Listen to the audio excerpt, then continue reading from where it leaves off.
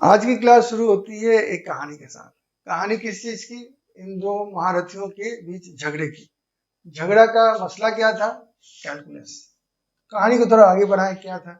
तो कॉन्फ्रेंस चल रही थी, दुनिया के बड़े बड़े साइंटिस्ट बैठे हुए थे। ईयरली एक जर्नल छपता है साइंटिस्टों का, जहाँ पर कि बताया जाता है कि अभी इस साल ये सब रिसर्च हुए हैं। तो सब लोग बैठे हुए थे, अपने अपने पेपर्स दिखा रहे थे। तब तक लेबनीज, लेबनीज मतलब ये इनका नाम है। तो ये लेबनान के नहीं है, ये जर्मन के हैं। इनका नाम ही लेबनीज है। लेबनान के लोगों को लेबनीज कहते हैं, लेकिन इनका पर्टिकुलरली नाम है लेबनीज। और ये जर्मन है, जर्मन मैथमेटिशियन। और इनके बारे में तो आप अच्छी तरह जानते हो, आइजैक न्यूटन, जो कि ब्रिटेन के थे। और दोनों में झगड़ा किस चीज की बात है? तो कैलकुलस को लेकर हो गया। कैसे? तो लेबनीज गए, अपने पेपर निकाला, बोले सर हम एक रिसर्च कर रहे हैं और उसमें बहुत सक्सेसफुल हुए हैं। नाम क्या है उस रिसर्च का? कैलकुलस। कैलकुलस एक मैथमेटिकल कैलकुलेशन है जिसके द्वारा मैं जटिल सवालों का हल इजीली कर सकता हूँ। तो अच्छी बात है, सब लोगों का आप कागज अपने रिसर्च पेपर सामने कीजिए। अब ये सामने कर ही रहे थे, तब तक पहुंच गए कौन? न्यूटन। न्यूटन ने कहा सर हम भी कुछ दिखाना चाहते हैं, हम भी रिसर्च किए हैं और कुछ पाए हैं और चाहते हैं कि आप लोग देखें। तो किस चीज पर आपने रिसर्च किया? तो कहा मैंने कैलकुलस पर किया है। अब ये अवाक रह गई, भैया कैलकुलस तो मैं लेके आया हूँ, आप कहाँ से चले आए फिर से कैलकुलस लेकर? तो अब दोनों में झगड़ा होने लगा। नहीं, कैलकुलस तो रिसर्च मैंने किया, उन्होंने कहा मैंने किया। अब इनको झगड़ा देख कर सब साइंटिस्ट एकत्रित हो गए आसपास। बोले देखे, अब दोनों का रिसर्च पेपर से देखे तो कौन किसका लिया है ये तो पता चलना चाहिए, कौन चीटर है कौन एक्चुअल आदमी है। तो देखा गया कि इनका भी सही है पेपर, इनका भी पेपर सही है। किसी ने किसी को चीट नहीं किया। कैलकुलेशंस का तरीका अलग, सब कुछ अप्रोच अलग, तो चीटिंग कैसे होगी? चीटिंग का तो एक पहलू होना चाहिए। नहीं पता चला कौन चीट किससे किया है, लेकिन ये पता चला कि कैलकुलस तो दोनों कैलक्यूलस पर तो दोनों ने रिसर्च किया, लेकिन ये लोग अलग अलग डिपार्टमेंट में चले गए। ये किए थे डिफरेंशिएशन पर और ये किए इंटीग्रेशन पर। अब जो भी जहां पर भी किया, उससे हम लोगों को आज की डेट में क्या लेना है? कहानी खत्म हो गई। दोनों को मान लिया गया भैया आप लोग गुरु। और दोनों का जो है इंटीग्रेशन है, आपका डिफरेंशिएशन है, लिख करके समझ लीजिए कैलकुलस जो है वो हमारे सर पर भर दिया गया। अब हम पढ़े, विशेषकर नीट के बच्चों के लिए तो ये आफत है।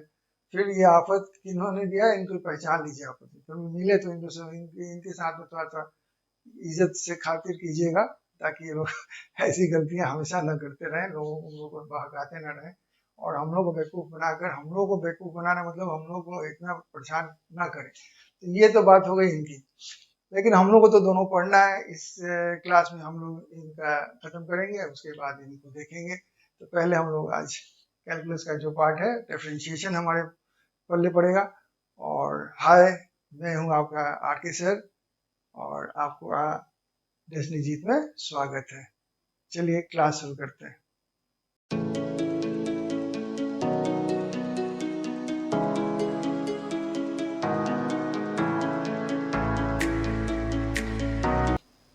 तो पहले चले आते हैं डिफरेंशिएशन और डेरिवेटिव क्यों लिखा हुआ है, ये बात समझिए। तो पहले डिफरेंशिएशन होता क्या है तो समझना पड़ेगा। तो पहले आप तो फंक्शन पढ़े हो ना, फंक्शन तो मैंने पढ़ा दिया है। तो फंक्शन कैसे लिखते हैं? y is equal to something, तो y इज इक्वल टू कहते हैं फंक्शन ऑफ x, और x का कुछ भी वैल्यू रख देते हैं। वर्ल्ड तो मैंने ये लिख दिया। तो y is the function of x, माने x के जो वैल्यूज है अगर हम चेंज करते हैं, जैसे कि मैं x का वैल्यू 1 लेता हूं तो ये हो जाएगा 1 स्क्वायर प्लस 4 यानी कि 6। तो y इज इक्वल टू 6 हो जाएगा। अगर मैं x ले लेता हूं 2, तो ये 2 2 2 2 माने 2 स्क्वायर 4 हो जाएगा, 4 2 8, 8 एंड 4 12 हो जाएगा। तो ये y का वैल्यू फिर चेंज हो गया। जैसे जैसे हम x का वैल्यू चेंज कर रहे हैं तो इधर y अफेक्टेड हो रहा है। ये हम फंक्शन पढ़ चुके हैं कि दो वेरिएबल्स का फंक्शन होता है, एक इंडिपेंडेंट वेरिएबल होता है, एक वेरिएबल होता है, सॉरी एक इंडिपेंडेंट होता है, एक डिपेंडेंट होता है। इसमें ये इंडिपेंडेंट है, अपने मन से बदल रहा है, अपना 1 2 कर रहा है, लेकिन ये साहब तो उसके ऊपर फंसे हुए हैं। जैसे वो चेंज करता है उनको चेंज करना पड़ता है इस रिलेशन के हिसाब से। इस रिलेशन को ही फंक्शन कहते हैं। बताया तो फंक्शन एक फैक्ट्री है। क्या करता है? नए प्रोडक्ट को तैयार करते हैं, कुछ हम लोग रॉ मटेरियल देते हैं, यहाँ पे रॉ मटेरियल 1 2 दे रहे हैं तो 6 एंड 12 निकाल रहे हैं। ये तो हो गया आपका, मैंने फंक्शन बताया डिफरेंशिएशन का मतलब। अब देखिए ये चेंज हो रहा है तो ये चेंज हो रहा है, ये तो आपको पता चल गया। हमारे मन में आ सकता है ना कि रेट ऑफ चेंज क्या है, कितना है, इसके थोड़े से चेंज, इसके 1 चेंज सी के चलते इसके 6 चेंज हुआ ना, इसका कितना चेंज हुआ, ये 2 से 1 से 2 आया, माने 2 माइनस 1 1 का चेंज हुआ। ये कितना चेंज हो गया 12 माइनस 6 6 का चेंज, तो रेट ऑफ चेंज पता चल सकता है। तो कैसे निकालेंगे, rate of change of y upon rate of change of x।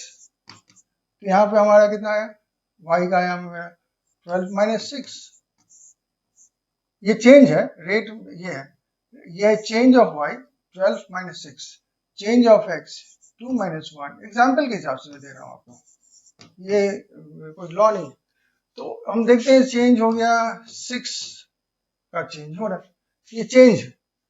अब तो इसमें क्या पढ़ना था, अब ये चेंज कुछ अलग तरह का हो जाएगा तो उसको हम लोग डिफरेंशिएशन कहेंगे। कैसे, उसको इस तरह से अगर लिखने लगे तो इसको हम लोग dy अपॉन dx, इसके बारे में मैं अभी इस स्लाइड में नहीं बताऊंगा, मैं केवल इसको परिचय करवा रहा हूँ। तो ये dy अपॉन dx लिखते हैं, इसी को हम लोग डिफरेंशिएशन कहते हैं, और इसको एक और नाम से जाना जाता है, आप डिफरेंशिएशन कह सकते हो,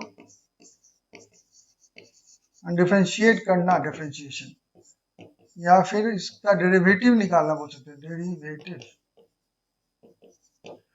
और ये है क्या, इस y नहीं है, ये है y डैश हो गया, माने y का डिफरेंशिएशन होगा तो y डैश कहलाएगा, या इस फंक्शन का जब ये होगा इसको हम कहेंगे ये f डैश।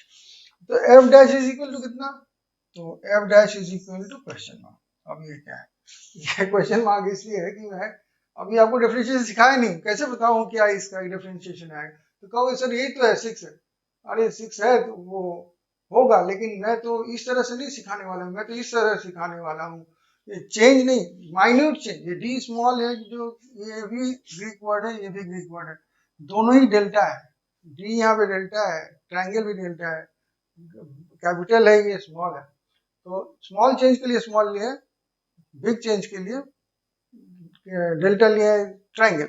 अब इसको समझने के लिए और आगे स्लाइड्स देखने होंगे, तब हम क्लियर कर पाएंगे आपको डिफरेंशिएशन क्या होता है। पहले हम लोग physical meaning of differential calculus को समझते हैं, वो क्या है। अब समझिए ये एक इंसान है, एक किसान है, समझिए फार्मर, ठीक है, ये अपने घर के पास में खड़ा है, आप देख रहे हैं इसका झोपड़ी यहाँ पे है, ये चलना शुरू करता है, उसको टहलने की इच्छा हुई तो ये क्या किया, वो पहले चलता हुआ टहल रहा था, टहलते हुए यहाँ से स्टार्ट किया हुआ, उस समय x इज इक्वल टू 0 था, अपने घर के पास है, और स्टार्ट करने वाला टाइम भी 0 है।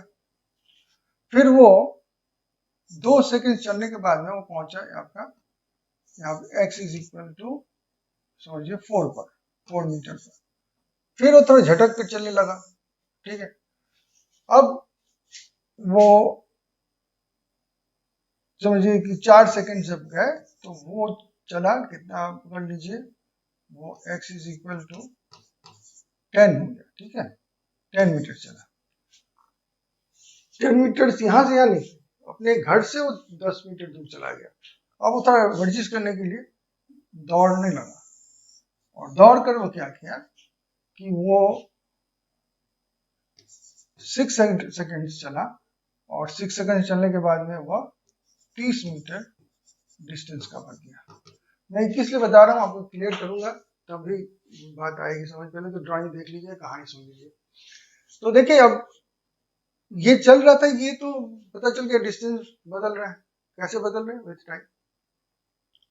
अब देखा जाए with respect to time, with respect to time उसी को रेट कहते हैं। मैं वो कितना चला है उसका मैंने कहना मतलब वेलोसिटी इसको कहते हैं। वेलोसिटी क्या होता है, वेलोसिटी हम लोग लिख देते हैं x अपॉन टी, लेकिन ये गलत है, change of x upon change of T.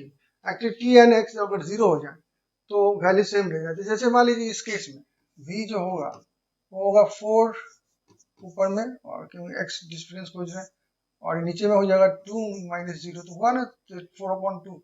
तो ये आ गया आपका v इज इक्वल टू यहाँ पे 2 मीटर्स पर सेकेंड।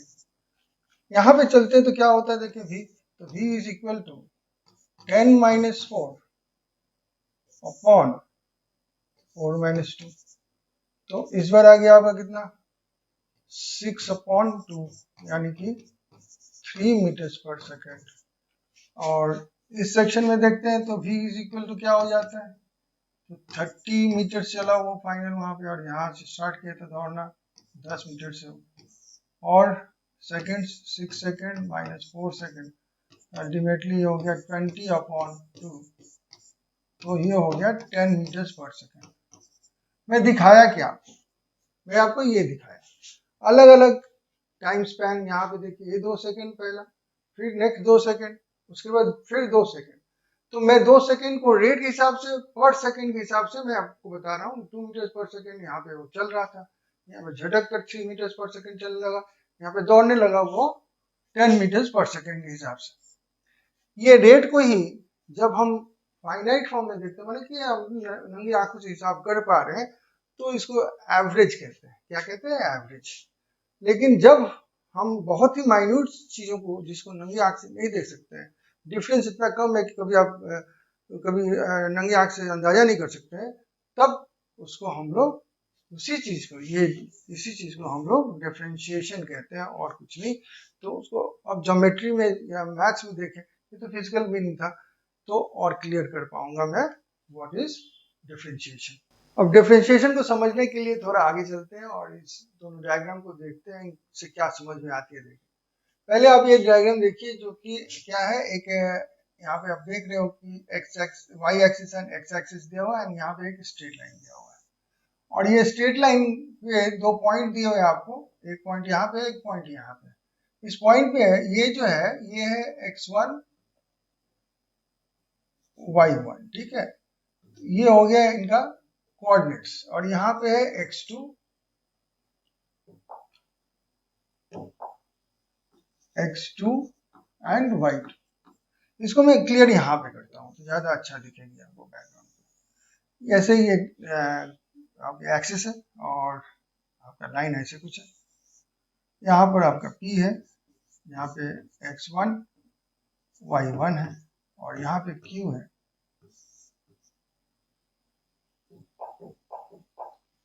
यहाँ पर q है, इसका x2 y2। अब हमको करना क्या है, देखिए यहाँ पे 2 डिफरेंसेस आपको देखने को, वहां पे जो स्ट्रेट लाइन था एक तरह से x एक्सिस पर चल रहे थे, तो x का ही डिफरेंस हो रहा था। यहाँ पे देखिए हम लोग प्लेन में चले हैं, प्लेन में आने के चलते क्या हुआ है, आप देखोगे तो यहाँ पे x एक्सिस पर भी डिफरेंस हो रहा है p एंड q में। यहाँ पे उसका वैल्यू x2 है और यहाँ पे वैल्यू उसका x1 है, और y एक्सिस पे भी उसका डिफरेंस आ रहा है, यहाँ पे डिफरेंस हो रहा है, यहाँ पे है। तो ये है x1 और ये है x2, सॉरी ये है y1 और ये है y2। तो इस तरह से ये जो गैप है, ये डेल्टा x है, और उसको हम लिख कैसे रहे हैं, x2 माइनस x1 लिख रहे हैं। और ये जो गैप है ये डेल्टा y है, और इसको कैसे लिख रहे हैं हम लोग, y2 माइनस y1 लिख रहे हैं। तो ये तो समझ में आ गया, ये इसको कहते हैं फाइनाइट डिफरेंस। डिफरेंस को समझ में इजीली समझ में आ रही है। अगर हम वैल्यूज देख रहे थे, कोऑर्डिनेट्स कुछ और लिख देते हैं, यहाँ पे 2 3 लिख देते हैं, यहाँ पे लिख देते 6 और 8 लिख देते हैं। तो यहाँ पे आप क्या लिखते हैं, delta x is equal to आप लिखते हैं 6 माइनस 2 इज इक्वल टू 4। यहाँ पे delta y is equal to क्या लिखते हैं आप, 8 माइनस 3 इज इक्वल टू 5। इस तरह से आप इसको देख पा रहे हो, व्यू कर पा रहे हो। ये था फाइनाइट डिफरेंस। लेकिन हम लोग डिफरेंशिएशन में फाइनाइट डिफरेंस की बात ही नहीं करने वाले हैं। तो बात किस चीज से करने वाले हैं, हम लोग इनफाइनाइट डिफरेंस की बात करने वाले हैं। अब इनफाइनाइट डिफरेंस का मतलब क्या होता है, अब देखिए ये पॉइंट है, देखिए ये सर्कल कर दिया गया, इसे लग रहा है मोटा है, मैं ऐसे समझा रहा हूँ। मान लीजिए ये जो एक पॉइंट है, इसी के बगल में एक और पॉइंट है, ठीक है, ये दोनों लग रहा है कि मतलब एक के ऊपर चढ़े हुए हैं। कहने मतलब उनके बीच का जो डिफरेंस है वो आपका नहीं के बराबर है। नहीं के बराबर का मतलब क्या होता है, नहीं है, नहीं है, कितना है। अब वो कितना है, आप उसका अंदाजा जब क्यों ले रहे हैं, तो स्लोप लेने के लिए आपको स्ट्रेट लाइन चाहिए, स्ट्रेट लाइन यहाँ पे है नहीं, कर्व्स है, तो इसके बीच में जो स्ट्रेट लाइन छोटा सा ही लेने से तो स्ट्रेट लाइन बनेगा, उसी स्ट्रेट लाइन का स्लोप लेना मुझे। अब वो स्लोप कैसे लूंगा, तो स्ट्रेट लाइन तो मुझे पता, तो डिफरेंस दोनों का छोर तो पता होना चाहिए स्ट्रेट लाइन का, यहाँ ये और ये पार्ट तो मैं लिया तभी तो मैं माइनस करके ये पार्ट निकाल पाया, और फिर मैं delta Y upon delta X करता, तो यहाँ पे मैं लिखता 5/4 ऐसे लिख देता, तो ये तो पता चल जाता रेट एक्स के साथ में वाई क्या चेंज कर रहा है। इसका कैसे पता चलेगा, यही हमको खोजना प्लेन में, वो एक्स एक्सिस पर नहीं, ये प्लेन वाला ही फिगर काम में लगेगा। तो यहाँ पे मैं समझाने के लिए काम करूंगा, आप थोड़ा सा महसूस करने की कोशिश कीजिए कि ये स्ट्रेट लाइन है कि नहीं, पहले वहां पे मैं जो बता रहा हूँ कि ये स्ट्रेट लाइन है, ये स्ट्रेट लाइन सचमुच है कि नहीं हम देखेंगे। अब उसके लिए मैं एक काम करता हूँ, इसको फैलाता हूँ, देखिए फैला रहा हूँ, देखिए फैला रहा। अब आपको थोड़ा बहुत देखिए ये पोर्शन स्ट्रेट लाइन दिख रहा होगा, दिख रहा है क्या, तो अगर दिख रहा है तो बहुत अच्छी बात है, चले आते वापस। तो ये था हमारा एक आइडिया देखने के लिए कि कैसे भीतर एक छोटा सा छोटे छोटे स्ट्रेट लाइन, यहाँ पर भी एक छोटा सा स्ट्रेट लाइन, यहाँ पे एक छोटा सा स्ट्रेट लाइन, ऐसा करते करते करते करते करते करते करते करते एक कर्व बना है। अब जितने सारे स्ट्रेट लाइंस उतने सारे उनके क्या, ये स्लोप कहते हैं इसको, स्ट्रेट लाइन का क्या है, ये स्लोप है, ये स्लोप है, ये इसको स्लोप कहते हैं, थीटा बनाता है जो straight line parallel to the X axis, तो स्लोप कहते हैं। तो ये स्लोप, ये जो स्लोप है इसको हम लोग कैसे करेंगे, इसमें डिफरेंस दोनों के बीच में पॉइंट्स के बीच में कितना का है, तो डिफरेंस डेल्टा एक्स का जो डिफरेंस है वो है 0.0000000001, डेल्टा वाई कितना है, तो 0.00000002 पकड़ लीजिए। अब इस वैल्यू का तो आप कैलकुलेशन माने ये भी फाइनाइट है, अब मैं मुझे पूरा बोर्ड लिखना पड़ता, मैं बाहर चला जाता, तभी भी हो सकता है कि उतना भी डिफरेंस ना हो। तो इतने छोटे डिफरेंसेस को हम लोग D X and D Y कहते हैं, इनको हम D X and D Y कहते हैं। अब इनका रेट डी वाई का अपॉन डी एक्स कर देंगे तो उसको हम स्लोप भी कहेंगे और उसका रेट ऑफ डिफरेंस भी कहेंगे। इसी को स्लोप को m से लिखते हैं dy अपॉन dx। स्लोप को हम लोग tan थीटा से भी लिखते हैं अगर एंगल दिया हुआ है तो ये सारा चीज स्लोप है। तो हम लोग एक्चुअली स्लोप ही पढ़ने वाले हैं dy अपॉन dx करके। तो अब dy अपॉन dx ही एक मात्र ये रिलेशन है जो कि आपको देता है ये स्लोप, या डिफरेंशिएशन में लगता है, नहीं। अभी मैंने किया था v इज इक्वल टू क्या किया था dx अपॉन dt, तो वो तो डिपेंड करता है इसमें कौन सा इंडिपेंडेंट वेरिएबल है कौन सा डिपेंडेंट वेरिएबल, उस डिपेंडेंट वेरिएबल को ऊपर लिखिएगा, इंडिपेंडेंट वेरिएबल को नीचे लिखिएगा और दोनों का डिफरेंस लीजिएगा स्टार्टिंग से एंड तक, और फिर जो आएगा रेशियो उसी को हम क्या कहेंगे, डिफरेंशिएशन कहेंगे। डिफरेंशिएट किया गया x in respect of t, यहाँ पे y in respect of d हुआ है। तो क्या ऐसा हो सकता है कि x is equal to y plus Y square plus 2 लिखा हुआ हो, तो यहाँ पे तो ये तो dx अपॉन dy निकालना पड़ेगा फिर सर। हाँ बात सही है बाबू, आपको निकालना पड़ेगा dx अपॉन dy, तो dx अपॉन dy भी हो सकता है, हाँ हो सकता है। यहाँ पे आप क्या लिए हो, यहाँ पे इंडिपेंडेंट लिए y को, तो y नीचे आ गया, डिपेंडेंट जो होगा ऊपर होगा, उसका रेशियो हम लोग ऐसे लेंगे। तो क्या कोई रिलेशन है dy अपॉन dx और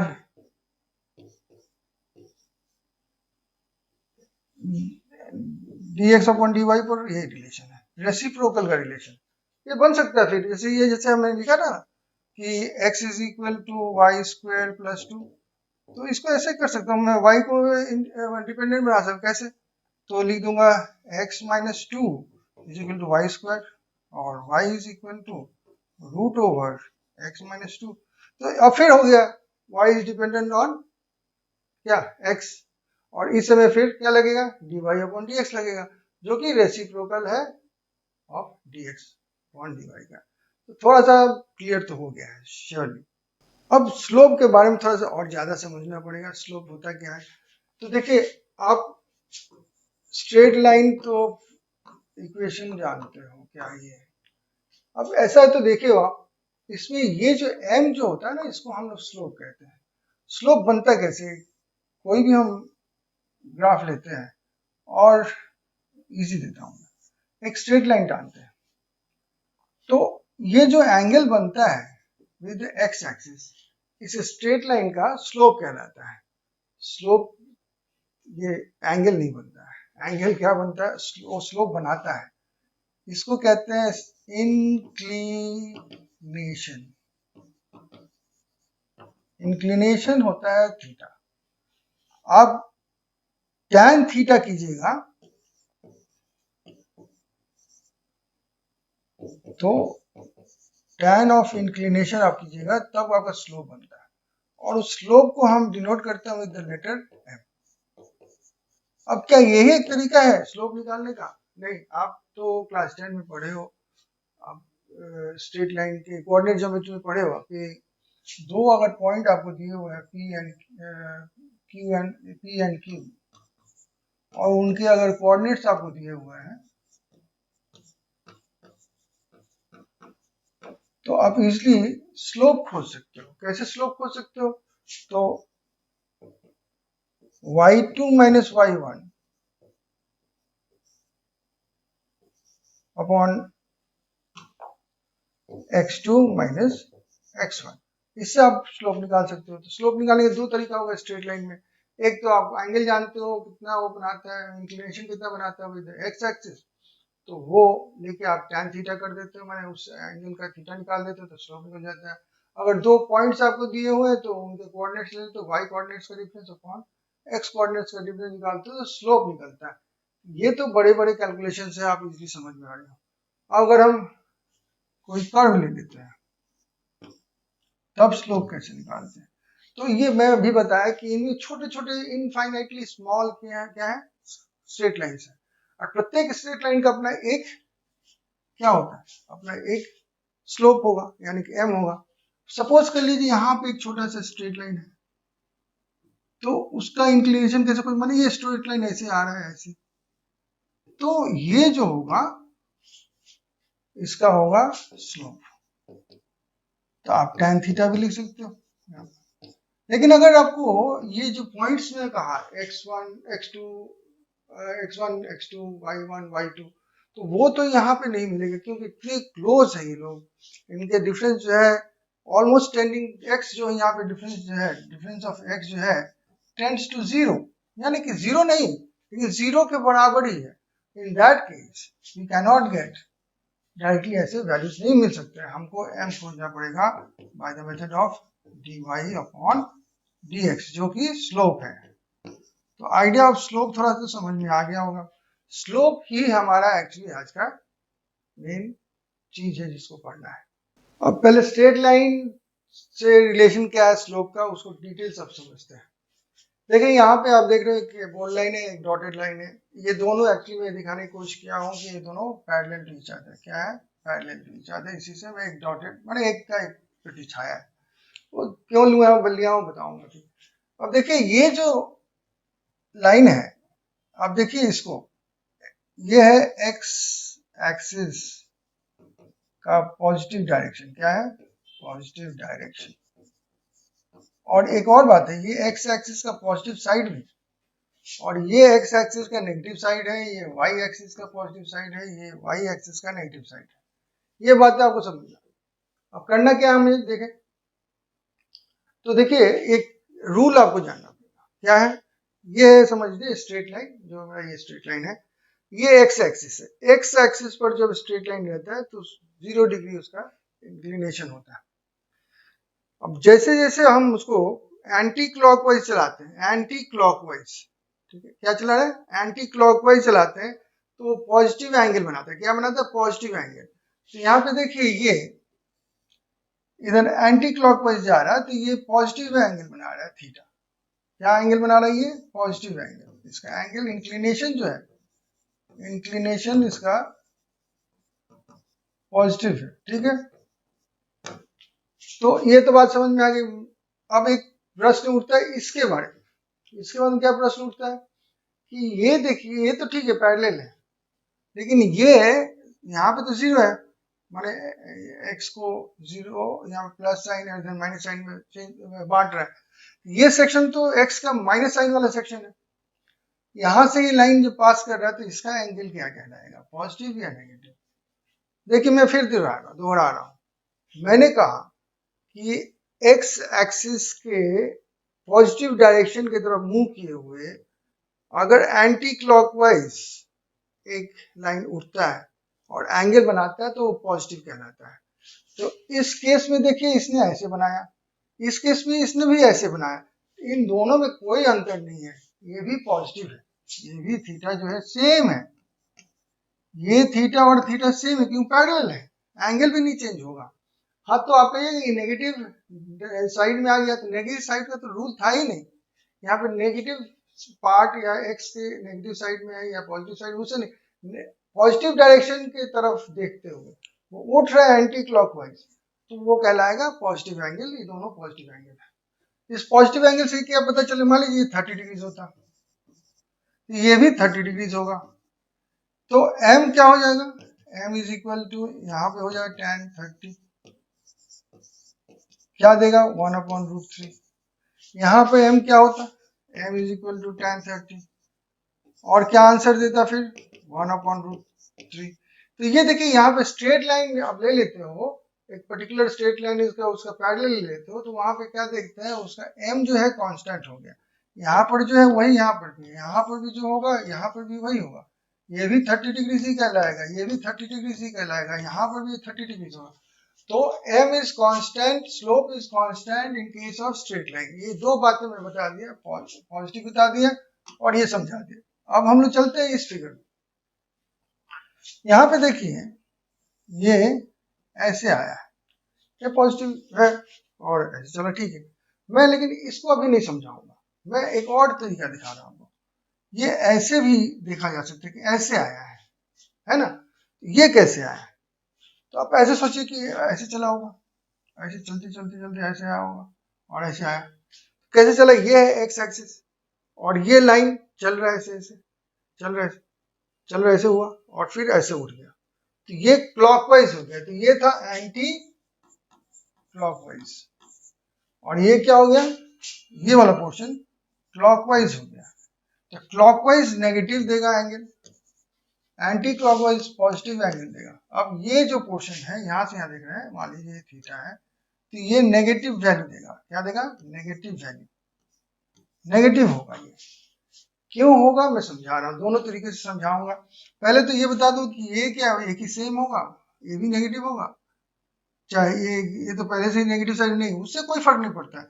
आपका ये क्या है, positive direction of the X axis, positive direction of the X axis से की तरफ देखा जाए, ऐसे चल रहा है ना ये गाड़ी, ऐसे चल रहा है, ये ऐसे चलेगा, आगे बढ़ेगा तो लग रहा है, तो ये क्लॉकवाइज चल रहा है, क्लॉकवाइज चलेगा तो इसका वैल्यू हमेशा कितना होगा, आपका नेगेटिव ही होगा। अब एक एग्जाम्पल के हिसाब से देखें, मान लीजिए यहाँ से यहाँ तक जो एंगल है 120 डिग्री है, तो 120 डिग्री बना कैसे होगा, तो एक तो 90 डिग्री बना होगा और बचा हुआ पार्ट 30 डिग्री, तो उसका स्लोप देखे क्या होगा, m इज इक्वल टू क्या होगा, tan थीटा, यहाँ पे नहीं होगा, 90 प्लस 30 होगा, क्योंकि tan थीटा जो यहाँ पे एक्चुअली है 120, उसको ब्रेकअप किया गया।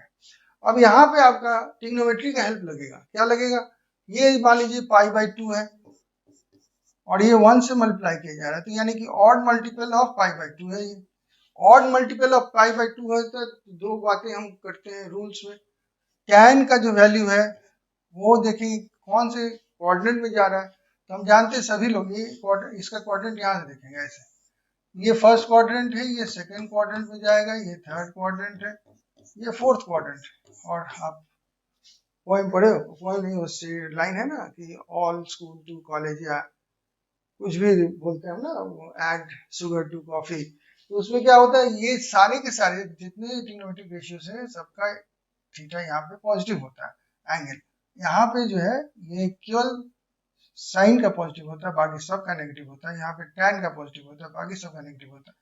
यहाँ पे कॉस का पॉजिटिव होता है, बाकी सब का नेगेटिव होता है। हम आने वाले किस में है, सेकंड क्वाड्रेंट में चलेगा। ये 120 कहाँ है, सेकंड क्वाड्रेंट में। अब सेकंड क्वाड्रेंट में तो टैन माइनस में होगा, तो माइनस आप दे दीजिए पहले उसको। और एक और रूल है कि ये ऑड मल्टीपल ऑफ क्या है, 90 है, 5/2 है। तो यहाँ पे आपका उसका क्या लेना है, कॉम्प्लीमेंट्री लेना है एक तरह से, ठीक है ना। तो कॉम्प्लीमेंट्री क्या होगा, वो कॉम्प्लीमेंट्री नहीं, तो एंगल ऐड करने वाले रेशियो की कॉम्प्लीमेंट्री। तो यहाँ पे इसका कॉट हो जाएगा कॉम्प्लीमेंट्री, और आप 30 डिग्री लिख देंगे। वैल्यू कितना लिखोगे आप, तो वैल्यू कॉट 30 का कितना होता है, तो कॉट 30 का होता है आपका tan 30 का रेसिप्रोकल। tan 30 1/√3 होता है, ये √3 हो जाता है। ये आंसर हो गया। देखिए नेगेटिव आंसर है।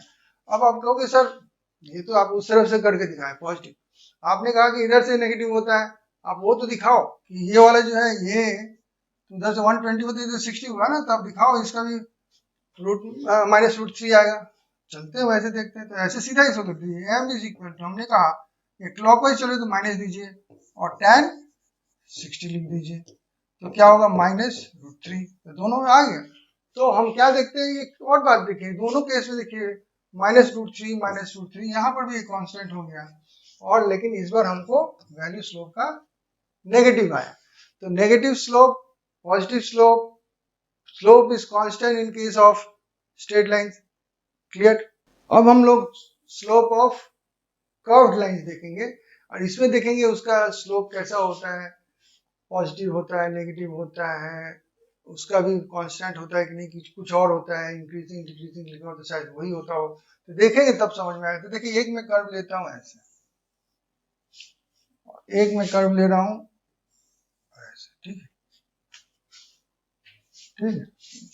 तो मान लीजिए हम यहाँ पे 2 पॉइंट लेते हैं, इतना नजदीक, एकदम इनफाइनाइटली स्मॉल डिस्टेंस हो जाता है, तो वो एक टेंजेंट वहां से खींचेंगे तो उसका स्लोप मिलेगा। तो ये स्लोप मुझे मिला। और एक मैं पॉइंट लेता हूँ यहाँ पे, इससे बनाता हूँ तो ये स्लोप मिलता है। इसको मैं मान लेता हूँ 53 डिग्री, इसको मान लेता हूँ 37 डिग्री। मैं इसलिए ले रहा हूँ 53 और 37 आपको थोड़ा बताया हूँ तो क्लियर होगा आपको। 37 नया एंगल्स बताया था ना, 53, तो यहाँ पे मैंने कहा था 3 लिखिए, यहाँ पे 4 लिखिए, यहाँ पे 5 लिखिए। तो यहाँ पे देखिए, इधर से देखते हैं, अभी देखिए ना, इधर से लिए क्लॉकवाइज, तो ये आंसर कितना देगा, -tan 53 देगा। कौन, पहला वाला, ठीक है। इसका आंसर कितना आएगा, -53 है ना, तो 4/3 आएगा। दूसरा वाला देखते हैं,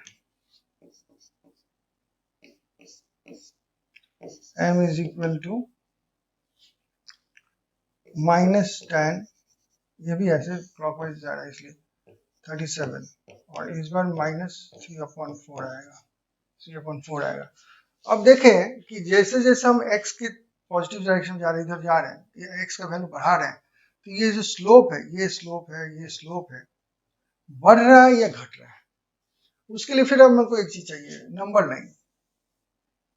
देखिए 0 यहाँ पे है, 1 2 3, 1 -2 एंड सो ऑन।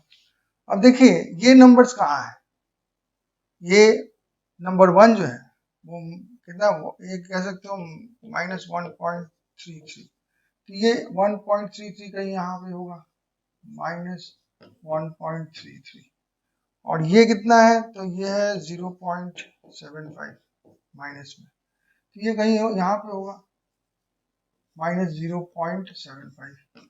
अब बताइए इसमें 0.75 बढ़ा है या -1.33 बढ़ा है।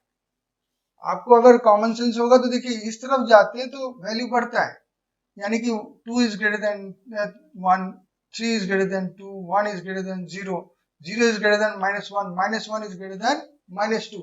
उसी प्रकार -0.75 is greater than -1.33। In this case हम लोग देखते हैं सेकेंड वाला जो स्लोप है इज बिगर, सेकेंड वाला बिगर स्लोप है, तो स्लोप इंक्रीज कर रहा है। तो ये क्या है, इंक्रीजिंग स्लोप, या हम कह सकते हैं dy/dx is increasing in this case. समझ में आया? ये बात समझ में आ गई। चलते हैं नेक्स्ट फिगर में, देखते हैं क्या निकलता है। यहाँ पे देखिए ऐसे ही हम दो टेंजेंट्स लेते हैं। एक मान लीजिए मैंने ये लिया, स्ट्रेट लाइन यहाँ पे चला जाए, कोई बात नहीं है, और एक मैंने ये ले लिया, ठीक है। अब बहुत ज्यादा ये हो गया, थोड़ा सा मैं दूसरा ये ले लेता हूँ।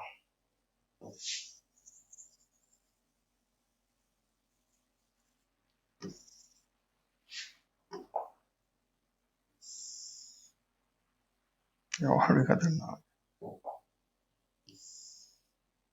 ठीक है। यहाँ से ऐसे गया, यहाँ से ऐसे गया, समझ लीजिए। इसको मैं, छोटा है ना, 37 मान लेता हूँ, इसको 53 मान लेता हूँ। तो फर्स्ट कौन सा है? ये फर्स्ट है, नंबर 1 ये है, नंबर 1 ये है। नंबर 2 कौन सा है? ये नंबर 2 है।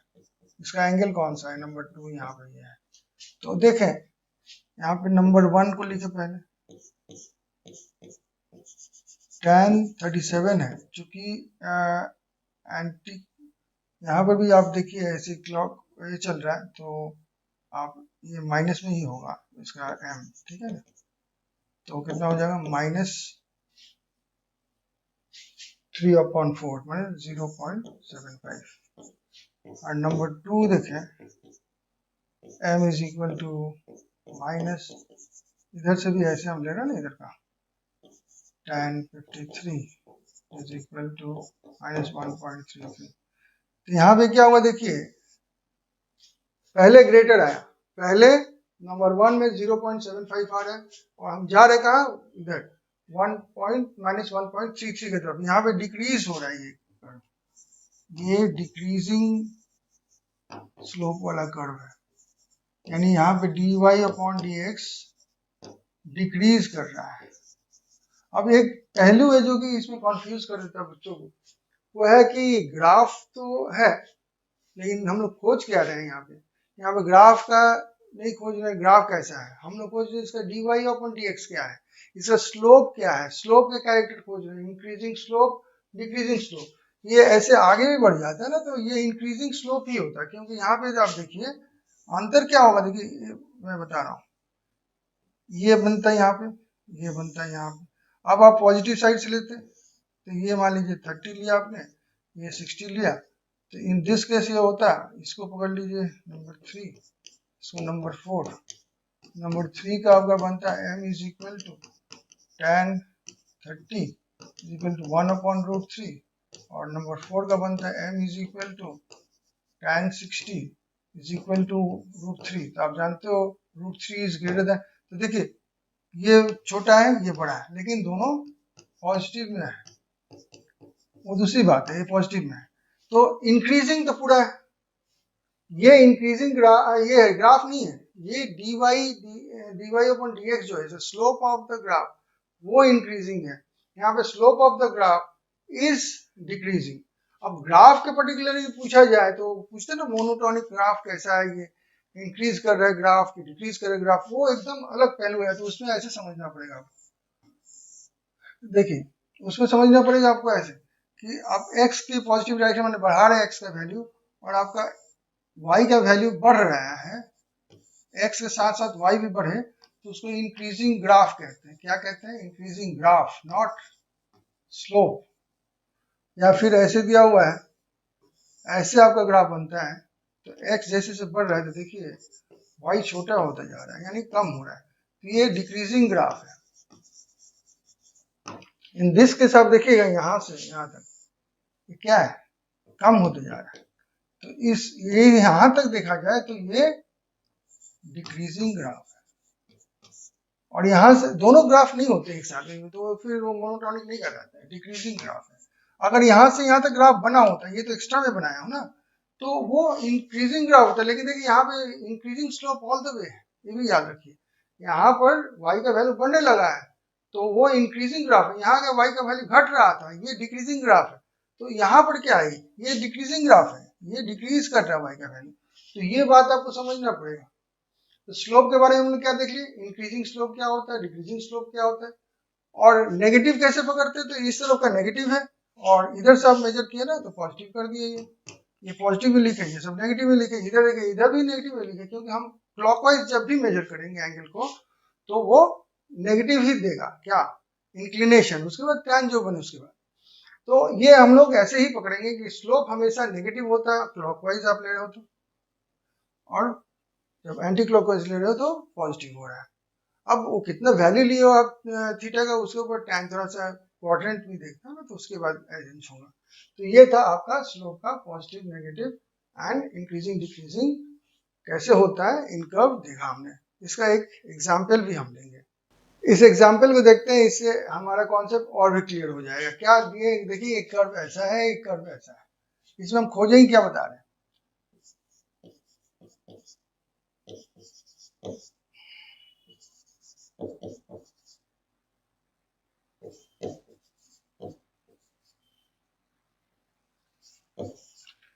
यहां से यहां तक का स्लोप का बताना है, यानी कि dy अपॉन dx क्या है, ग्रेटर देन इक्वल टू और लेस देन 0 है। तो याद रखिएगा इधर ये स्लोप जो है कोई भी आप बनाइएगा ऐसे, तो मैंने कहा कि ये नेगेटिव स्लोप होगा, और नेगेटिव स्लोप होगा ना कि नहीं होगा, बोला तो ना नेगेटिव, नेगेटिव यानी क्या होता है, लेस देन 0 होना। यहां से यहां तक कोई भी कहीं भी आप स्लोप ले लीजिए, ये स्लोप ले लेता हूँ, तो ये हमेशा पॉजिटिव स्लोप बनेगा, यहाँ पे हमेशा नेगेटिव, क्लॉकवाइज बना तो नेगेटिव हो गया, ये एंटी क्लॉकवाइज बन रहा है यहाँ से मेजरमेंट, तो ये पॉजिटिव हो गया, तो यहाँ पे dy अपॉन dx पॉजिटिव हो गया। अब आप कहोगे कि सर आप तो इंक्रीजिंग बता रहे थे, हम यहाँ पे नेगेटिव बोले, हम नेगेटिव बोले, इंक्रीजिंग डिक्रीजिंग बता दिए, यहाँ पे कंपेयर नहीं कर रहे कि ये स्लोप फिर बढ़ा कि घटा। मैं कह रहा हूँ इस तरफ बी के इस तरफ जितने भी स्लोप्स बने, कोई भी एक स्लोप ले लो, उसकी वैल्यू नेगेटिव में आएगी। नेगेटिव में कोई ज्यादा है कम है वो नहीं देख रहा हूँ, कौन इंक्रीज कर रहा है कौन डिक्रीज कर रहा है वो बड़ा बात नहीं। उसे इस साइड में जो भी एंगल बनेगा उससे जो स्लोप बनेगा वो हमेशा पॉजिटिव बनेगा, वो ज्यादा बनेगा या कम बनेगा दूसरी बात है, इंक्रीजिंग डिक्रीजिंग बता चुके हैं। यहाँ पे केवल ये बता रहे हैं कि इस तरफ का स्लोप हमेशा नेगेटिव वैल्यू देगा, इस तरफ का स्लोप ऐसे पॉजिटिव है तो इसलिए पॉजिटिव देगा, और ये जो स्लोप है जो बी पर पॉइंट पर बन रहा है ये क्या देगा, ये parallel to the X axis होने के चलते इसका स्लोप जो है dy upon dx is equal to 0 होगा। ये बहुत इंपॉर्टेंट है, बीच वाला जो है ना बहुत इंपॉर्टेंट है, याद रखिए। अब देखते हैं यहाँ पर भी वैसे देख सकते हैं a टू b देखिए मैं ओपन ब्रैकेट दे रहा हूँ यहाँ क्लोज, यहाँ से ये पूरा ये आगे भी बढ़ जाइएगा तो a में ये स्लोप मिलेगा, b पर नहीं मिलेगा, ठीक है ना। तो ये कैसा होगा dy अपॉन dx, उसके बाद एट b कैसा होगा बताना हमको यहाँ पर भी, और b टू c कैसा होगा वो भी बताना है। तो b का आपको याद कर लेना चाहिए, लेकिन फिर भी मैं बता दूंगा। अब देखो यहाँ पे स्लोप जो बनेगा ऐसे बनेगा, ये पॉजिटिव बन रहा है यहाँ पॉजिटिव, तो ये स्लोप जो बनेगा ग्रेटर देन 0 बनेगा। यहाँ पे जो स्लोप जो बनेगा देखिए ये नेगेटिव बनेगा, तो यहाँ पे dy अपॉन dx इस बार उल्टा हो गया, देखिए उल्टा हो गया, ठीक है। और यहाँ पर तो लेकिन दोनों केस में आपका dy upon dx is equal to 0, ये बहुत इंपॉर्टेंट बात है। यहाँ पे ये स्लोप ऐसे ही आया, यहाँ पर भी तो देखिए ऐसा कर्व हो चाहे ऐसा कर्व हो, आपका ये जो पॉइंट जो एक्सट्रीम पॉइंट है, लोएस्ट पॉइंट या हाईएस्ट पॉइंट, वहां पे स्लोप जो बन रहा है वो क्या बन रहा है, हमेशा 0 बन रहा है। इससे दो टर्म्स पैदा हुए हैं उनके बारे में डिस्कस करते हैं। अब उसी आइडिया से हम लोग ये जो टर्म्स बने हैं मैक्सिमा और मिनिमा, वो देखते हैं क्या होता है। तो देखिए मैं कर्व बना रहा हूँ, ये कर्व नहीं आपका मोनोटोनिक पैरेलल कर्व है नहीं, ना ही इंक्रीजिंग कहेंगे ना ही डिक्रीजिंग कहेंगे। क्यों, यहाँ पे देखिए x जैसे से बढ़ रहा है, y का वैल्यू बढ़ रहा है, तो यहाँ पे तो इंक्रीजिंग ग्राफ है। लेकिन इसके बाद देखिए इस तरफ आइएगा तो देखिए ये डिक्रीजिंग ग्राफ बन जाता है, फिर उसके बाद वो फिर इंक्रीजिंग ग्राफ होता है, ये चेंज हो रहा है। अब ये चेंज हो रहा है तो ये पॉइंट आता है यहाँ पे चेंज करने वाला, यहाँ पर भी एक पॉइंट है, यहाँ से इंक्रीज कर रहा तो इंक्रीजिंग ग्राफ है, अचानक इस पॉइंट पर पहुंचने के बाद वो डिक्रीजिंग ग्राफ बन गया। यहाँ पर ये डिक्रीजिंग ग्राफ था, यहाँ पहुंचने के बाद वो अचानक इंक्रीजिंग बना। ये पैटर्न चेंज कर रहा है ग्राफ। उस पॉइंट को हम कहते हैं मैक्सिमा एंड मिनिमा। मैक्सिमा कहते हैं एंड मिनिमा। अब ग्राफ से तो आपको पता चलेगा इसमें मैक्सिमा कौन है, मिनिमा कौन है। सबसे हाईएस्ट पॉइंट ये है तो ये मैक्सिमा है, और सबसे लोएस्ट पॉइंट ये है तो ये मिनिमा है। ये इजी है ग्राफ में, लेकिन जब हम डिफरेंशिएशन करते हैं वहां पे जब डिफरेंशिएट करेंगे तो आंसर अगर जीरो आ जाए, जीरो में डिफरेंशिएट करने वाले का स्लोप निकालना। डिफरेंशिएट करना मतलब क्या, तो स्लोप नहीं, D Y upon D x क्या है, स्लोप है, tan थीटा है, तो m है, तो m जब जीरो आ जाता है तो क्या होगा, वो मैक्सिमा भी हो, देखिए यहाँ मैक्सिमा के ऊपर भी ये ऐसे चलाएगा स्लोप, और मिनिमा के ऊपर भी आपका स्लोप ऐसे चलाएगा। तो आपका स्लोप यहाँ पर भी जीरो होगा, यहाँ पर m is equal to zero हो जाएगा, और यहाँ पर भी m is equal to zero होगा। तो आपको सिंगल डिफरेंशिएशन से, फर्स्ट ऑर्डर डिफरेंशिएशन यानी जो सिंपल डिफरेंशिएशन हम लोग करते हैं उसके द्वारा बस इतना ही पता चलेगा कि आपको जीरो अगर आ जाए तो आपको ये पता चलेगा या तो मैक्सिमा वाला पॉइंट मिला मुझे या फिर मुझे मिनिमा मिला है, यानी कि मुझे एंड नहीं पता चलेगा, मुझे और पता चलेगा, यानी कि एक में से कोई एक हो सकता है। अगर दो पॉइंट्स है तो दोनों में से कोई, दोनों क्या है हमको नहीं पता, कौन इसमें मैक्सिमम है कौन मिनिमम है ये भी पता नहीं है मुझे खोजने के लिए एक और तरीका अपनाना पड़ेगा जिसको कहते हैं डबल डिफरेंशिएशन। उसके बारे में हम लोग लास्ट में पढ़ेंगे। पहले हम केवल स्लोप के बारे में बताने की कोशिश करें। स्लोप से अगर आपको पता चल जाए कि जीरो आ रहा है तो वो जीरो मैक्सिमम का भी पॉइंट का भी हो सकता है, माना इंडिकेशन, और वो मिनिमम पॉइंट का भी इंडिकेशन हो सकता है। इतने सारे डिस्कशन करने के बाद अब तो हम जान गए क्या हम लोग खोज रहे हैं, actually D Y upon D X या स्लोप खोज रहे हैं। यही डिफरेंशिएशन है, इसको कहते हैं फर्स्ट ऑर्डर डिफरेंशिएशन। अब डिफरेंशिएशन करना एक तरीका है जो कि झगड़ा कर रहे थे, बताया कहानी आपको, तो वो लोग कैलकुलेशन करके डिफरेंशिएशन किए थे, हमारे लिए कुछ फॉर्मूला का ये एंटिटी छोड़ गए जिसको हमको याद करना पड़ेगा। केवल याद करना है, डेरिवेशंस नहीं लगेंगे। तो चलते हैं देखते हैं पहले ये क्या है आपके ट्रिग्नोमेट्रिक रेशियोज, इस इनके डिफरेंशिएशन क्या होगा। था अगर एक क्या दिया रहता है, एक्चुअली फंक्शन दिया रहता है, यहाँ पे y with respect to x दिया हुआ है, आपको उसको क्या करना है, dy अपॉन dx करना है, यानी कि change in y, small change in y with respect to small change in x खोजना है। वही डिफरेंशिएशन है, देखें तो y इज इक्वल टू यहाँ पे दिया हुआ है क्या, y is equal to sine x दिया हुआ है, तो आपको लिखना होगा dy अपॉन dx करना है, तो dx sine x is equal to, ये याद करना है, cos x। अब चाहो तो लिखना शुरू कर दो, अगर कॉपी पेन है आपके पास में तो लिखना शुरू कर दो, ये लर्न करना ही पड़ेगा। अब ये है y is equal to cos x, क्या है y is equal to cos x, इसको लिखोगे dy upon dx is equal to dx of cos x, sorry, हाँ ठीक है। तो अब याद रखिएगा, ये c देख लीजिए आप, c देख लीजिए, एक हिंट दे रहा हूं मैं, जब डिफरेंशिएशन ये रेशियोज ट्रिग्नोमेट्रिक रेशियोज का कर रहे हैं और c मिले तो आंसर में माइनस पहले देना मत भूलिए, और फिर इसका साइन x होगा। फिर चले थे y is equal to tan x लिखा हुआ है, तो क्या करोगे dy upon dx dx tan x is equal to sec square x। Similarly यहाँ पे दिया हुआ है y is equal to sec x, लिखिए dy upon dx dx sec x is equal to sec x dot tan x।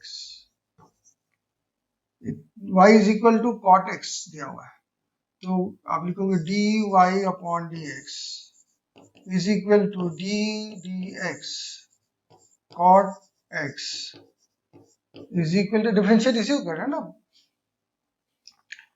तो ये क्या हो जाएगा, माइनस साइन मैंने कहा था याद रखिएगा, और फिर लिखिए आप cosec स्क्वायर x।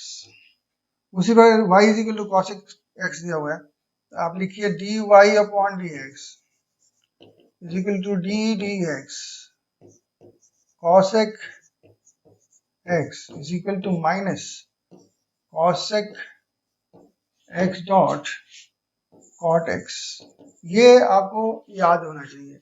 कोई टीचर कोई निमोनिक्स कोई तरीका ट्रिक सिखा दे, आप मत सीखिएगा। आप अपने कॉपी में लिखिएगा, फ्लैश कार्ड में रखिएगा, तभी ये आपका रहेगा, नहीं तो आपका नहीं रहेगा, उड़ जाएगा, इवापोरेट कर जाएगा। क्योंकि इतना ही नहीं है, और भी कुछ ऐसे फंक्शन है जिसके आपको dy अपन dx यानी कि डिफरेंशिएशन याद करना है। उनको हम नेक्स्ट स्लाइड में देखते हैं। एक है कि y is equal to constant अगर दिया हुआ है, तो कॉन्स्टेंट के पकड़ लेते हैं ना। तो अब इसका मतलब क्या है पहले समझे। ऐसे दिया हुआ है आपको y इज इक्वल टू 50 दिया हुआ है, या फिर दिया हुआ है y इज इक्वल टू, मान लीजिए आपको a दे दिया गया और क्या a is a constant, a is equal to constant, ऐसे भी दे सकते हैं। माने x नहीं है ना इसमें, हम तो x को वेरिएबल पकड़े ना, जो इंडिपेंडेंट वेरिएबल हो क्या है x, x है। यहाँ पे क्या है, यहाँ पे a, चाहे दिया हुआ y इज इक्वल टू एक कांस्टेंट n दिया हुआ है, n is equal to Avogadro's number जो कि 6.022 10 टू द पावर 23 होता है। ये सारे के सारे जो हैं आपके, सारे के सारे जो हैं आपके, ये क्या है, कांस्टेंट्स है। अगर ऐसा हो तो इन प्रत्येक का डिफरेंशिएशन dy अपॉन dx हमेशा जीरो होगा। क्या होगा, जीरो होगा। जैसे कि आप एग्जांपल के हिसाब से मैं बता रहा हूँ कि अगर d50 y यहाँ 50 अपॉन dx करता है तो जीरो होगा। आप d ब्रैकेट a dx करते हैं तो वो भी आपका जीरो होगा। आप d n एवोगाड्रोस नंबर आप उसको भी dx करते हैं तो वो भी जीरो होगा। नेक्स्ट देखते हैं, इसको कहते हैं हम लोग पावर रूल। पावर रूल भी कह सकते हैं इसको मेथड। इसमें आप याद रखिए कि n is equal to zero नहीं हो सकता। अगर n जीरो कर देते तो क्या हो जाएगा, ऐसे हो जाएगा y is equal to x power to zero, और एक बार जीरो हो जाएगा तो क्या बन जाएगा, वन। तो y is equal to one हो गया, तो ये तो d d x of one हो जाएगा इज इक्वल टू जीरो। तो ये वाला मेथड हो गया, फर्स्ट वाला मेथड हो गया। फर्स्ट वाला मेथड क्यों सिखाएंगे फिर से दोबारा, तो इसको छोड़ के हमको लिखना है। तो इसमें क्या है, ये ही सबसे ज्यादा, ये बहुत ज्यादा प्रैक्टिकल है मेथड जो कि यूज होता है मैक्सिमम क्वेश्चंस में। इजी क्वेश्चंस आते हैं तो यही होगा। 20% क्वेश्चंस ट्रिकी जब होंगे तब आपको ट्रिग्नोमेट्रिक चाहे और सब आपको मिलेंगे। तो इसको क्या करेंगे हम, d y d d x of क्या, y लिखते हैं पहले, लिख देते हैं टी डी एक्स, वाई यहाँ पे क्या है, एक्स पावर टू एन है। इसको लिखिए आप कैसे, एन को बगल में रखिए, एक्स लिखिए इंटू एक्स, और पावर को माइनस कर दीजिए by one. This is the formula, ये याद करना पड़ेगा आपको, ठीक है। अब देखते हैं कि एक है कि आपका ये जो y इज इक्वल टू के इंटू एफ एक्स लिखा हुआ है। अब इसमें देखिए यहाँ पे कांस्टेंट भी है और ये वाला फॉर्मूला पकड़ लेते हैं दिया हुआ है। तो कैसे होगा, तो यहाँ पे ऐसे एग्जाम्पल में दे देता हूँ। एग्जाम्पल ऐसे दिया हुआ y is equal to 2x square लिखा हुआ है। अब देखिए यहाँ पे कांस्टेंट है, यहाँ पे पावर रूट लगेगा, तो कांस्टेंट का अगर करते तो जीरो हो जाएगा, तो जीरो इंटू समथिंग जीरो हो जाएगा। तो क्या जीरो आंसर है, नहीं। इस रूल को ऐसा नहीं करते हैं। इसको करने का तरीका ये है, d Y upon D x, पहले आप कांस्टेंट को बाहर निकाल दोगे, ठीक है, और फिर आप D d x of F x करोगे, ये एफ एक्स को करोगे। यहाँ पे इस एग्जाम्पल को देखने से पता चलेगा d Y upon D x is equal to, यहाँ पे हो जाएगा 2 into d d x x square, और वो बनेगा 2 इंटू 2 इधर आ गया एक्स पावर टू 1 और या 4x। और इस तरह से हम इन तीनों को समझ लेते हैं और याद कर लेते हैं। तो आगे फिर चलते हैं नेक्स्ट स्लाइड में। अब देखते हैं कुछ और डिफरेंशिएशंस देखते हैं, जिसमें कि पहला आता है कि y is equal to e x. तो इसको हम लोग डिफरेंशिएट करेंगे तो d y upon D x करेंगे इसका, तो इसको कैसे लिखेंगे, d bracket e x upon D x. और याद रखिए ये सेम होता है, तो याद करना बहुत ईजी होता है। y is equal to x एक फंक्शन है तो उसका आपका डिफरेंशिएशन भी सेम होता है। लेकिन थोड़ा सा इस सेकंड वाले पे जाने के पहले इसको थोड़ा सा और मैं विस्तार बता दूं कैसे एक्चुअली लिखते हैं इसको। तो d e x upon D x लिखा हुआ है, तो एक्चुअली ये बनता है e x log e to the base e बनता है, ठीक है, log e to the base e बनता है, और तब क्या हो जाता है वो e power to x into 1 हो जाने चलते सेम वैल्यू रह जाता है। लेकिन अगर log टू द बेस ई क्या होता है, log कुछ भी हो, जैसे माने x टू द बेस ई है, उसको हम कहते हैं नेचुरल लॉग। क्या कहते हैं? Natural log. और log टू द बेस 10 अगर है तो उसको कहते हैं कॉमन लॉग। अब दोनों में रिलेशन क्या है, तो वो तो मैं पिछले स्लाइड में वीडियो में बता चुका हूँ, उसको आप चेक कर लीजिए। अगर रिवीजन नहीं कर रहे तो आपकी मर्जी, मत कीजिए, लेकिन अगर किया है तो आप आंसर जानते हो उसका, तो मैं कन्वर्ट नहीं कर रहा हूँ। चलिए नेक्स्ट इसको देखते हैं। तो ये dy upon dx is equal dAx upon dx is equal to, ये क्या हो जाएगा, ये उसी तरह से बनेगा a power to x log a, लेकिन टू द बेस e। अब देखिए यहाँ पे e to the base e था तो 1 हो गया, e नंबर और बेस सेम हो जाए तो ये 1 हो जाता है, लेकिन यहाँ पे ये नहीं है तो यही रह जाएगा इसका। log बेस e x लिखा हुआ है y, इसको आप ऐसे भी ln x भी लिखते हैं, तो नेचुरल लॉग को इसको आप ln x भी ऐसे लिख सकते हो, एक ही चीज है। तो ये दोनों टर्म्स में लिखा जा सकता है, और दोनों का क्या होगा बता दे रहा हूँ, 1 अपॉन एक्स होगा। ठीक, इसका देखिएगा log x to the base a लिखा हुआ है, तो ऐसे सोचना पहले आप इसका बेस चेंज कर दीजिए। बेस किस में कर दीजिए आप, ई बेस में कर दीजिए, तो वो भी आप सिखाएं आपको बेस चेंज करने का। तो इसको पहले लिख देते y is equal to log, ये हो जाएगा ऐसे, log x to the base e and log e to the base, log a to the base e, दोनों बेस एक मैंने दूसरा नया बेस लगा दिया मैं यहाँ पे। तो इसके लिए तो आप जानते हो क्या लिखोगे, 1 अपॉन x लिखोगे, और इसका कुछ नहीं करोगे आप, इसको लिखोगे log a।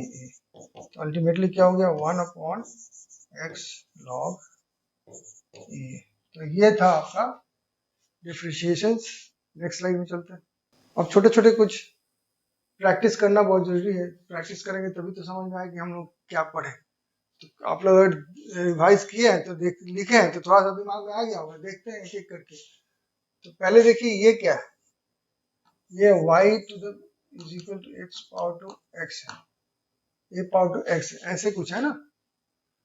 अब इसको आप एक दिमाग में रखिएगा, मैं अच्छा ठीक है अभी बताऊंगा। तो ये ऐसे है, तो इसके लिए क्या लिखोगे आप, मैंने कहा था dy dx है, तो आप पहले तो आप ax लिख दोगे, तो log e to the base e लिखते हो, ये वाला करते हो ना।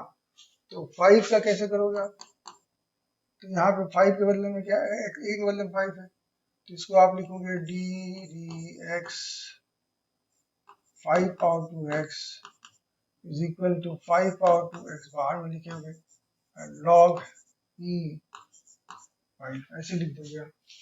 चलिए ये वाला तो आप जानते हो, इजी है, क्या है dy अपॉन dx, इसका ex ही होगा, इसका dy अपॉन dx, इसका माइनस साइन होगा पहले, उसके बाद cosec x cot x, इसका क्या होगा, इसका पहले आप ऐसे dy अपॉन dx ऐसे लिखोगे, 8 बाहर, उसके बाद dy upon dx 5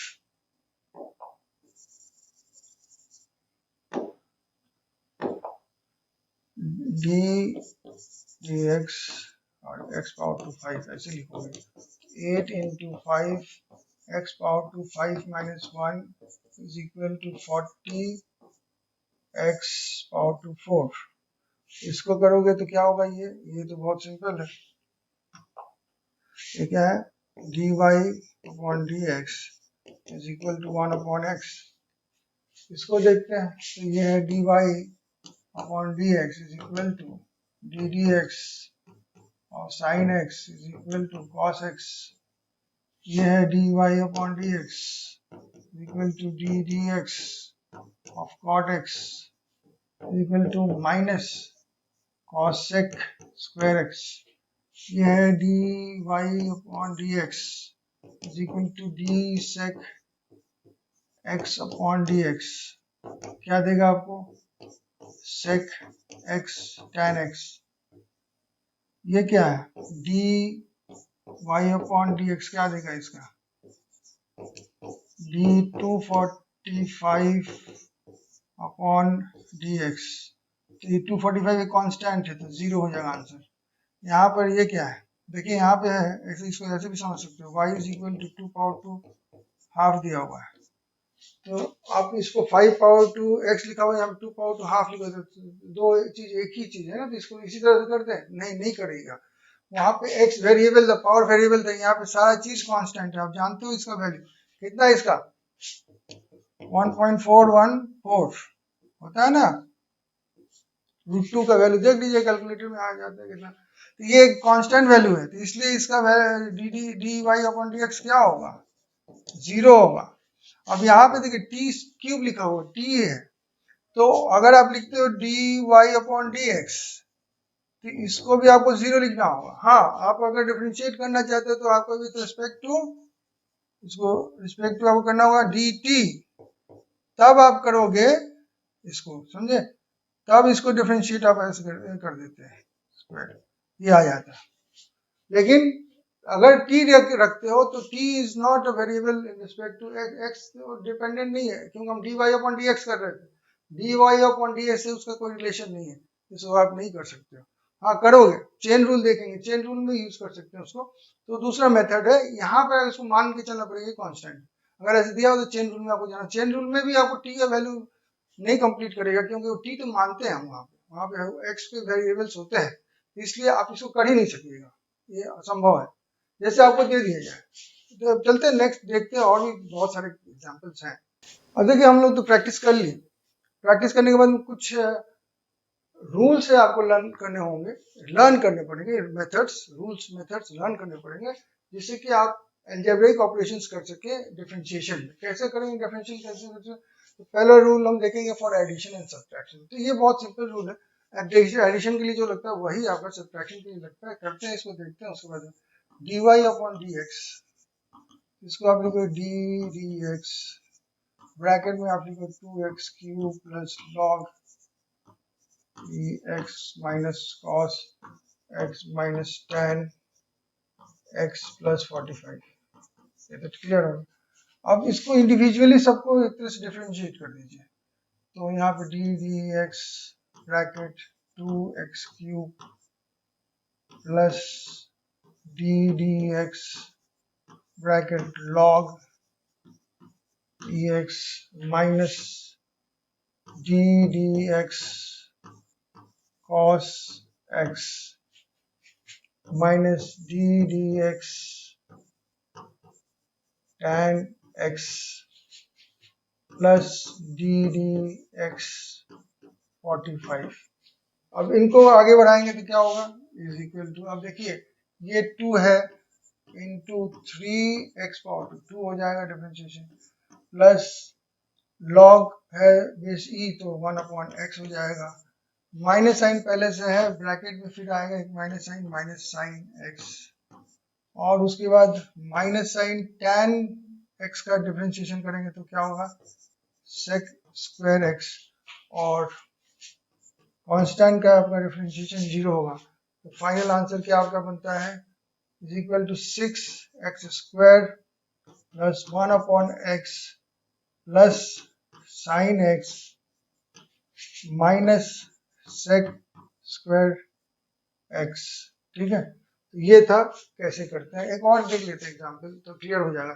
D Y upon D x is equal to d d x 28 minus log x e plus 3x square plus cosec x, इसको भी तोड़ेंगे मैंने पार्ट बाई पार्ट करेंगे, तो d d x 28 minus d d x log x base e plus d d x 3x square plus d d x cosec x. ठीक है, उसको फिर से करते हैं। तो इज इक्वल टू, इसका है कांस्टेंट है तो 0 हो जाएगा, माइनस लॉग है तो ये x हो जाएगा, यहाँ पे हो जाएगा plus 3 into 2 into x power to 1, और उसके बाद यहाँ पे क्या है कॉसेक है तो हो जाएगा minus sine cot square x. और फाइनली आप आंसर क्या लिखोगे, आप लिखोगे minus x plus 6x minus cot square x. ऐसे भी छोड़ सकते हो, और फिर नहीं तो आप 6x पहले लिख दो, उसके बाद -1/x लिख दो, उसके बाद माइनस कॉट स्क्वायर एक्स लिख दो। इस तरह से आपका मिल जाता है आंसर। तो ये था आपका सब्ट्रैक्शन एंड एडिशन रूल, जिसके द्वारा हमने सॉल्व किया डिफरेंशिएशन।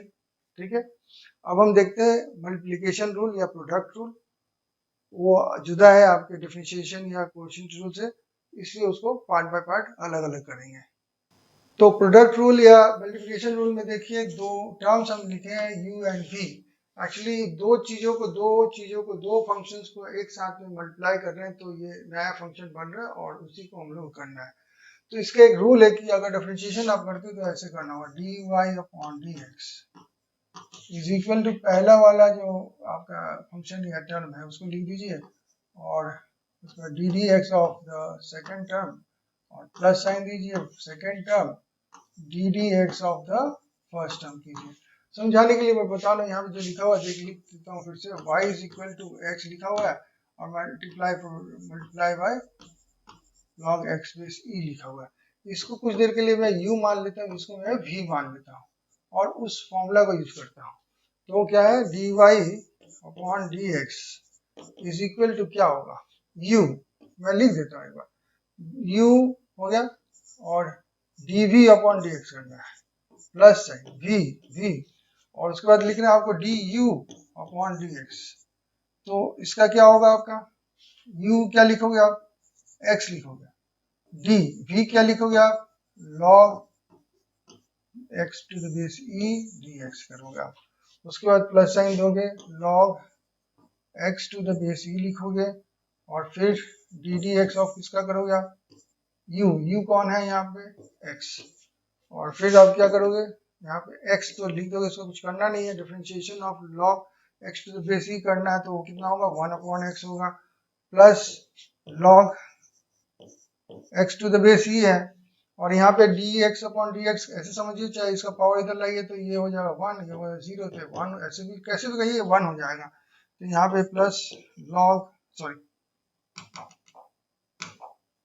इनटू यहाँ पे 1 हो जाएगा, तो अल्टीमेटली आप ये भी कैंसिल आउट हो जाएगा, तो यहाँ पे हो जाएगा 1 plus log x to the base e।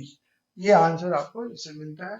यही था आपका प्रोडक्ट रूल या मल्टीप्लिकेशन रूल। अब हम लोग करते हैं क्वोशिएंट रूल या डिवीजन रूल। वो थोड़ा इससे अलग है, थोड़ा सा कठिन है, उसको ध्यान से देखिएगा। तो ये है डिवीजन रूल। इसमें क्या करना है बता दें, dy अपॉन dx कैसे खोजेंगे ये बताते हैं।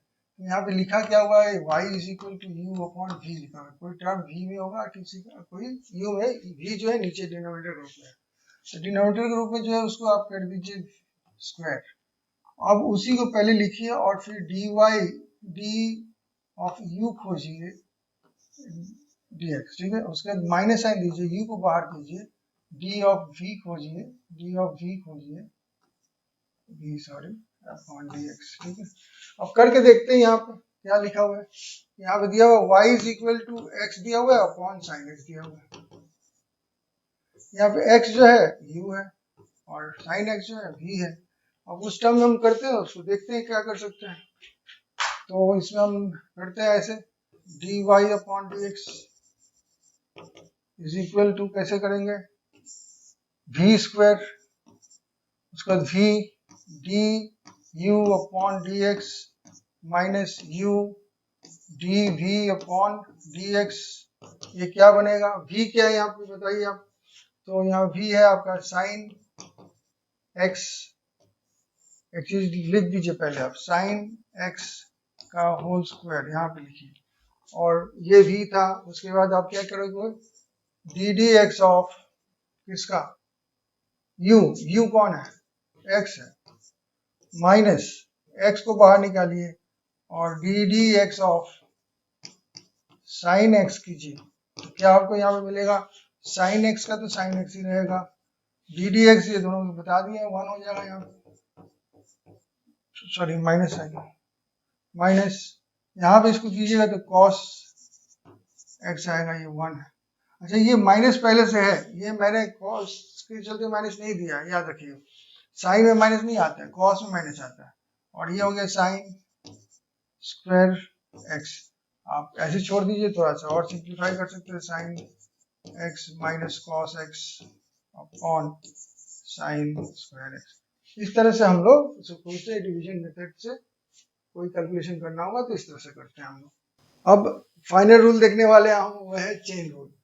चेन रूल क्या है पहले समझना पड़ेगा, तब जाके इसको कर सकेंगे। देखिए यहाँ पे एक एग्जाम्पल लिया हुआ है, y is equal to sine theta, तो y is equal to sine theta आपके हिसाब से उसका डिफरेंशिएशन करने से क्या होना चाहिए, तो आपको सर ये तो d Y upon D x लिखेंगे और फिर d sine theta upon D x लिख देंगे, तो इससे क्या होगा सर, ऐसे हो जाएगा cos थीटा, ऐसे करके आप रॉन्ग कर दोगे। रॉन्ग कहाँ हुआ ये तो सोचना पड़ेगा, एक्चुअली आप d Y upon D x कब करोगे, जब यहाँ पे x का वेरिएबल होना चाहिए, यहाँ पे x है ही नहीं, जिससे मैंने t का एक दिखाया था, मैंने कहा कि अगर नहीं दिया हुआ है t is equal to some x का रिलेशन, तो आप नहीं लिखते, यहाँ पे थीटा t ही समझिए उसको, साइन t भी लिखते तो वही लिखते, रॉन्ग हो जाता, तो इसको हम नहीं कर सकते हैं। अच्छा करना होगा तो इसको अलग से, तो कैसे कर सकते हैं हम इसको, कुछ कर सकते हैं कि ऐसे छोड़ सकते हैं, नहीं करने के लिए थोड़ा सा कर सकते हैं आप, इसको ऐसे कर सकते हैं आप, d Y upon D x is equal to, आप लिखोगे d sine theta upon d theta into d theta upon D x. देखिए अगर हम देखें तो इसको काटेंगे तो d sine theta upon D x ही लिखा हुआ है, नया चीज नहीं लिखा हुआ, मैं काटूंगा नहीं क्योंकि काटने के लिए तो लिखा नहीं हूँ। इस सेक्शन को मैं लिख सकता हूँ cos थीटा, और इस सेक्शन को कुछ नहीं कर पाऊंगा क्योंकि मुझे कुछ नहीं दिया हुआ, तो ये मेरा बनता है, एक्चुअली टी में भी यही बनता है, टी वाला जो मैं नहीं समझाया क्योंकि मुझे यहाँ पे समझाना था, तो ये था, ऐसे छोड़ना पड़ेगा मुझे लास्ट तक जाके, पूरा कैलकुलेशन डिफरेंशिएशन मैं नहीं कर पाया, इस पार्ट का नहीं कर पाया। यहाँ पर देखेंगे कि वैसे ही कंडीशन है, लेकिन x के टर्म्स में चूंकि दिया हुआ है बाकी सब चीज, तो हम अल्टीमेटली उसको डिफरेंशिएट कर पाएंगे। एग्जाम्पल देखते तो समझ में आएगा।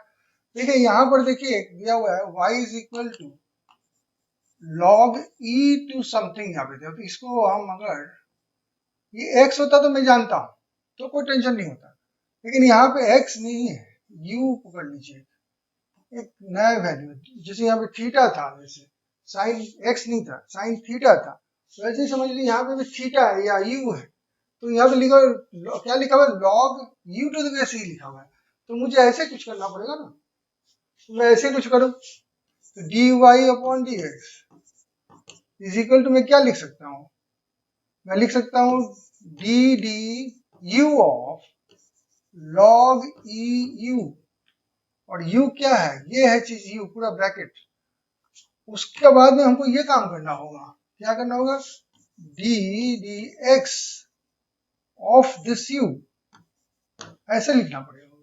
अब सिंप्लीफाई करूंगा तो ये हो जाएगा। अब इतना कॉम्प्लिकेटेड यू देकर नहीं करके मैं थोड़ा सिंपल कर दूंगा तो और इजी हो जाएगा, यहाँ तक आते आते आप और अच्छी तरह सीख जाओगे।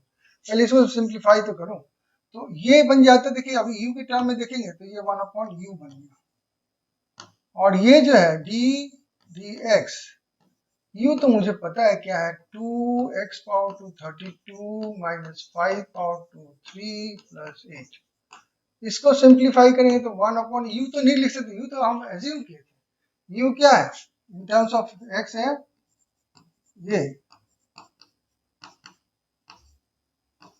ठीक है, और ये जो पोर्शन है ऊपर वाला पोर्शन है, ये बन जाएगा डिफरेंशिएशन के बाद में क्या 32 इधर आएगा तो 64 x पावर टू 31 माइनस 3 आएगा इधर तो 15 x पावर टू 2 और ये 0 हो जाएगा।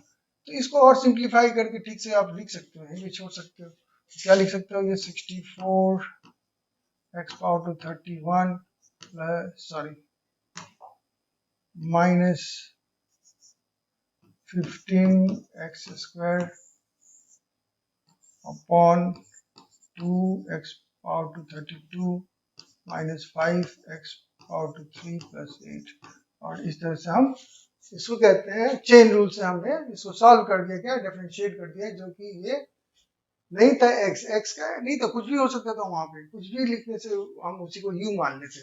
जैसे यहाँ पे देखिए आपको लग रहा होगा ये हम जानते हैं, नहीं जानते, हम जानते हैं y is equal to sine x, यहाँ पे x होना चाहिए, यहाँ पे x नहीं है, x स्क्वायर है, x स्क्वायर को हम u मानेंगे, क्या मानेंगे, u मानेंगे। तो इसको कैसे लिखेंगे, अब दूसरे ढंग से सोचते हैं कि u ना लेके हम सोचेंगे पहले देखे साइन पहला बाहर दिख रहा है, साइन को समझेंगे हमें मुझे कर देना पहले, तो ऐसे कर देता हूँ। अब देखिए डायरेक्ट में कर रहा हूँ dy अपॉन dx, अब u वर्ड नहीं लिखूंगा, सीधा साइन लिखा हुआ है तो मैं क्या करूंगा कॉस कर देता हूँ, कॉस करके एक्स स्क्वायर कर देता हूँ, ये वाला एक्स्ट्रा है तो इसको फिर से मैं करता हूँ तो d d x of x square कर देता हूँ, तो क्या आ जाएगा कॉस एक्स स्क्वायर और ये हो जाएगा 2 इंटू एक्स, ये आंसर हो गया। इसको देखते हैं, यहाँ पे थोड़ा सा और मजेदार है और सॉल्व करने से आइडिया तैयार होगा। तो इसमें देखिए d Y upon D x है, क्या लिखोगे, पहले लॉग देखिए, तो लॉग जब भी लॉग टू बेस ई होगा तो 1 अपॉन होगा, यहाँ पर जो भी कुछ होगा उसको देख कर बताइए, तो साइन एक्स पावर टू 3 यहाँ पे ऐसे लिख दीजिए। अब इसको देखिए, यहाँ पे लिखिए D d x of sine x power 3 लिखिए, उसके बाद मैंने कहना मतलब यहाँ पे एक्स पावर टू 3 कर रहे हैं, जो यहाँ पे है वही कर रहा है, यहाँ पे डी डी एक्स कर दीजिए एक्स क्यूब, तो क्या हो गया, ये हो गया 1 अपॉन साइन एक्स क्यूब, ये क्या हो जाएगा कॉस एक्स क्यूब, ये क्या हो जाएगा 3x स्क्वायर, आप ऐसे छोड़ दीजिए, टैन में लिख दीजिए, कॉट में लिख दीजिए, कुछ भी कर दीजिए, ऐसे छोड़ दीजिए, कोई बात नहीं बनता है, मैंने कर मतलब रह जाएगा, ऐसे ही रह जाएगा, मेरा कहने का मतलब है कि आप लिख सकते हो ऐसे cos upon sine cot x cube 3x square, ऐसे भी लिख सकते हो।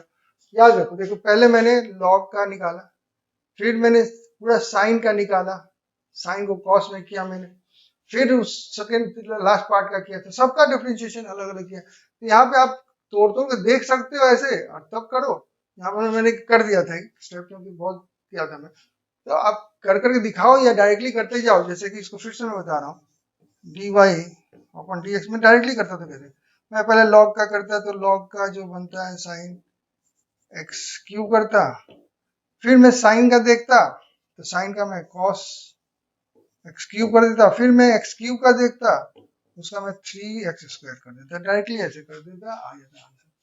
तो प्रैक्टिस के साथ में ये परफेक्शन आ जाता है, इसमें थोड़ा सा कॉम्प्लिकेटेड है शुरुआत में, तो चेन रूल का और थोड़ा प्रैक्टिस करते हैं ताकि आपको महारत हासिल हो जाए। चलिए देखते हैं, तो यहाँ पर तो आपको समझ में आ गया d Y upon D x, ये हो जाएगा क्या, आप डायरेक्ट यू मान लीजिए इसको या डायरेक्टली कर लीजिए बाहर से भीतर की तरफ घुसते हुए, कैसे कीजिएगा, तो कॉस का माइनस साइन लिखिए और u का पोर्शन लिख दीजिए 4x square plus 2x minus 6, और फिर इसको डिफरेंशिएट कीजिए तो होगा 4 है ऑलरेडी, 2 आ जाएगा इधर, x पावर टू 1 प्लस 1 उधर 2 इंटू 1 और माइनस 0।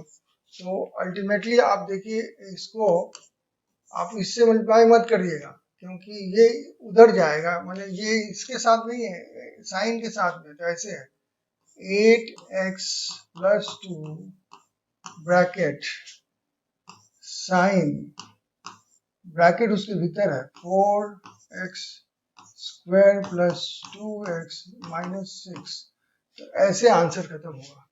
उसी तरह से इसको देखते हैं, तो इसको कैसे लिखेंगे d Y upon D x is equal to, यहाँ पे 1 अपॉन एक्स लिखते हैं ना, तो एक्स यहाँ पे क्या है sec x plus tan x, और यहाँ पे इसका डिफ्रेंशिएशन करोगे आप तो हो जाएगा ये sec x tan x plus sec square x।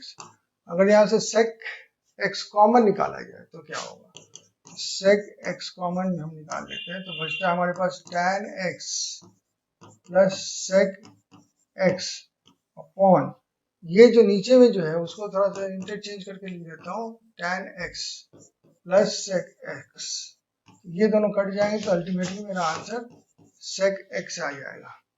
अब हम देखते हैं कि इसको करते हैं, तो इसमें क्या करेंगे तो dy अपॉन dx, तो 4 बाहर निकाल दीजिए, tan का पहले सोचिए ये u है, ठीक है, तो आप करोगे 2 into 1 पावर बचा 1 माइनस कर दिया आपने, तो tan x बचा, tan x का कीजिए, तो tan का क्या जानते हैं आप, sec स्क्वायर x, तो ये आंसर हो गया is equal to 8 sec square x।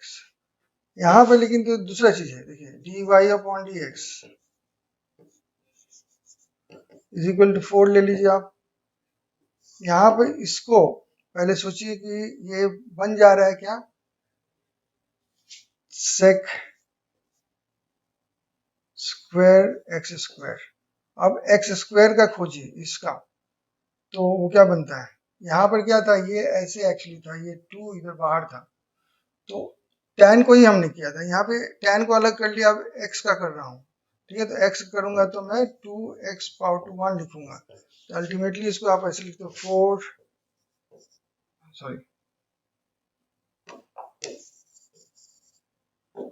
4 into 2 8 x power to 1 sec square x, ये कहाँ से आ गया, हाँ ठीक है सॉरी, ओके हाँ ये रहेगा, क्योंकि ये तो u है ना, u रहेगा। तो ये था आपका क्या, चेन रूल का कुछ सॉल्यूशंस जिसको हम लोग सॉल्व करके देखें। ऐसे और भी प्रैक्टिस कीजिए, कुछ और मान और 10-15 प्रैक्टिस कीजिए, चेन रूल आपके हाथ में।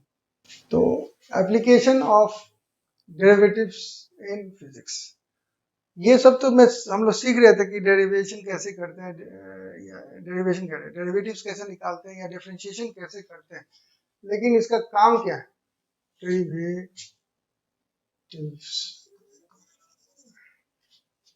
तो देखिए क्वेश्चन में लेता हूँ, उसको सब समझ में आ जाएगा। बोल रहा है कि इफ द पोजीशन दिया हुआ है इन टर्म्स ऑफ t,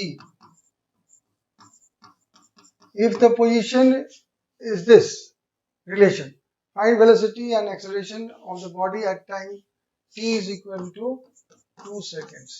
तो देखिए ये दिया हुआ है इन टर्म्स ऑफ t, तो इसका हम लोग dy अपन dx नहीं निकाल सकते, dy अपन dt निकालते हैं, और dy अपन dt dx अपन dt निकालेंगे तो अब क्या मिला, वेलोसिटी मिला। आप जानते हो x अपन t होता है, तो इसको डिफरेंशिएट करोगे तो क्या होगा, 3 into 2 t power to 1 2 into 1 into t power two 0 plus 0, ये कितना बन जाएगा 6 t प्लस ये 0 हो गया है तो मैंने 1 हो जाना है यहाँ पे, प्लस टू 6 t प्लस 2 कितना हो गया, तो t रखिए वैल्यू यहाँ से, तो हो जाए 6 into 2 प्लस 2, तो हो गया आपका, ये हो गया 12 14, तो वेलोसिटी आपका मिल गया 14 मीटर्स पर सेकेंड। तो ये तो वेलोसिटी था। अब आप एक्सेलरेशन कैसे खोजोगे, तो आप जानते हो acceleration is equal to velocity upon time होता है, यानी कि change in velocity upon small change के लिए डी लगेगा, यानी कि डबल डिफरेंशिएशन हम लोग कर रहे हैं बिना जाने। तो इसको देखते हैं,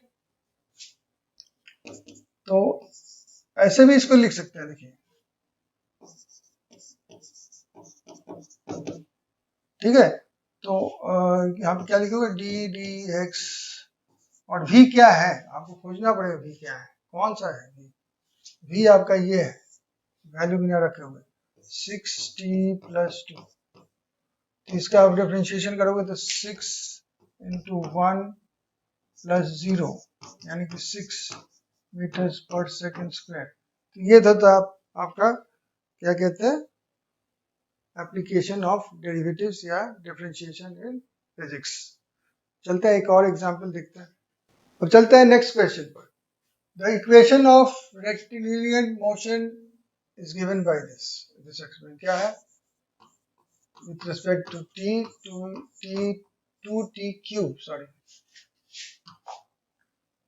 2t cube minus 6t square ये दिया हुआ है। कह रहा है कि at what moment is the velocity zero first of all पूछ रहा है एंड उसके बाद बोल रहा है कि what is the acceleration at that point। तो इसमें जानना पड़ेगा कि वेलोसिटी आपको जीरो लाना है और दूसरा एक और चीज जानना होगा कि dx अपॉन dt जो होता है वो भी होता है।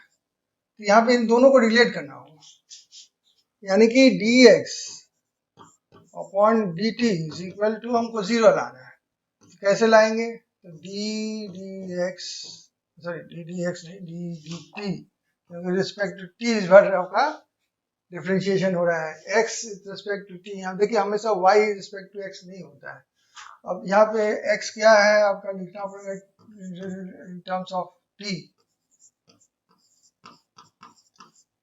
इसको डिफरेंशिएट करते हैं तो 3 into 2 t square minus 6 into 3 into 2 ठीक है 6 into 2 t 1 is equal to 6 t square minus 12 t is equal to, अब ये तो जीरो होगा ना, बोला गया है कि जीरो है, हमको कुछ करना नहीं है। वो तो कहा गया कि v is equal to zero और d x upon d t is equal to v and therefore it is equal to zero. तो इसको क्या करें हम?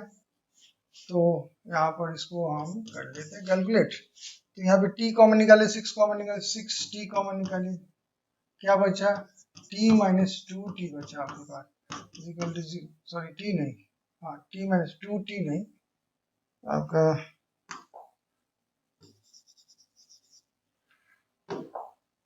t माइनस 2t नहीं आपका यहाँ पे 6 निकाला तो 2 केवल बचा आपका 6t निकाल दे। तो इससे क्या पता चलता है हमें? इससे पता चलता है 6t is equal to zero और उसको कह सकते हैं t is equal to zero और t minus 2 is equal to zero is equal to t is equal to 2। तो यहाँ पे t is equal to zero आया और t इज इक्वल टू 2 आया। अब t is equal to zero तो start ही नहीं किए थे तो उसको कैंसिल आउट कर लो आप।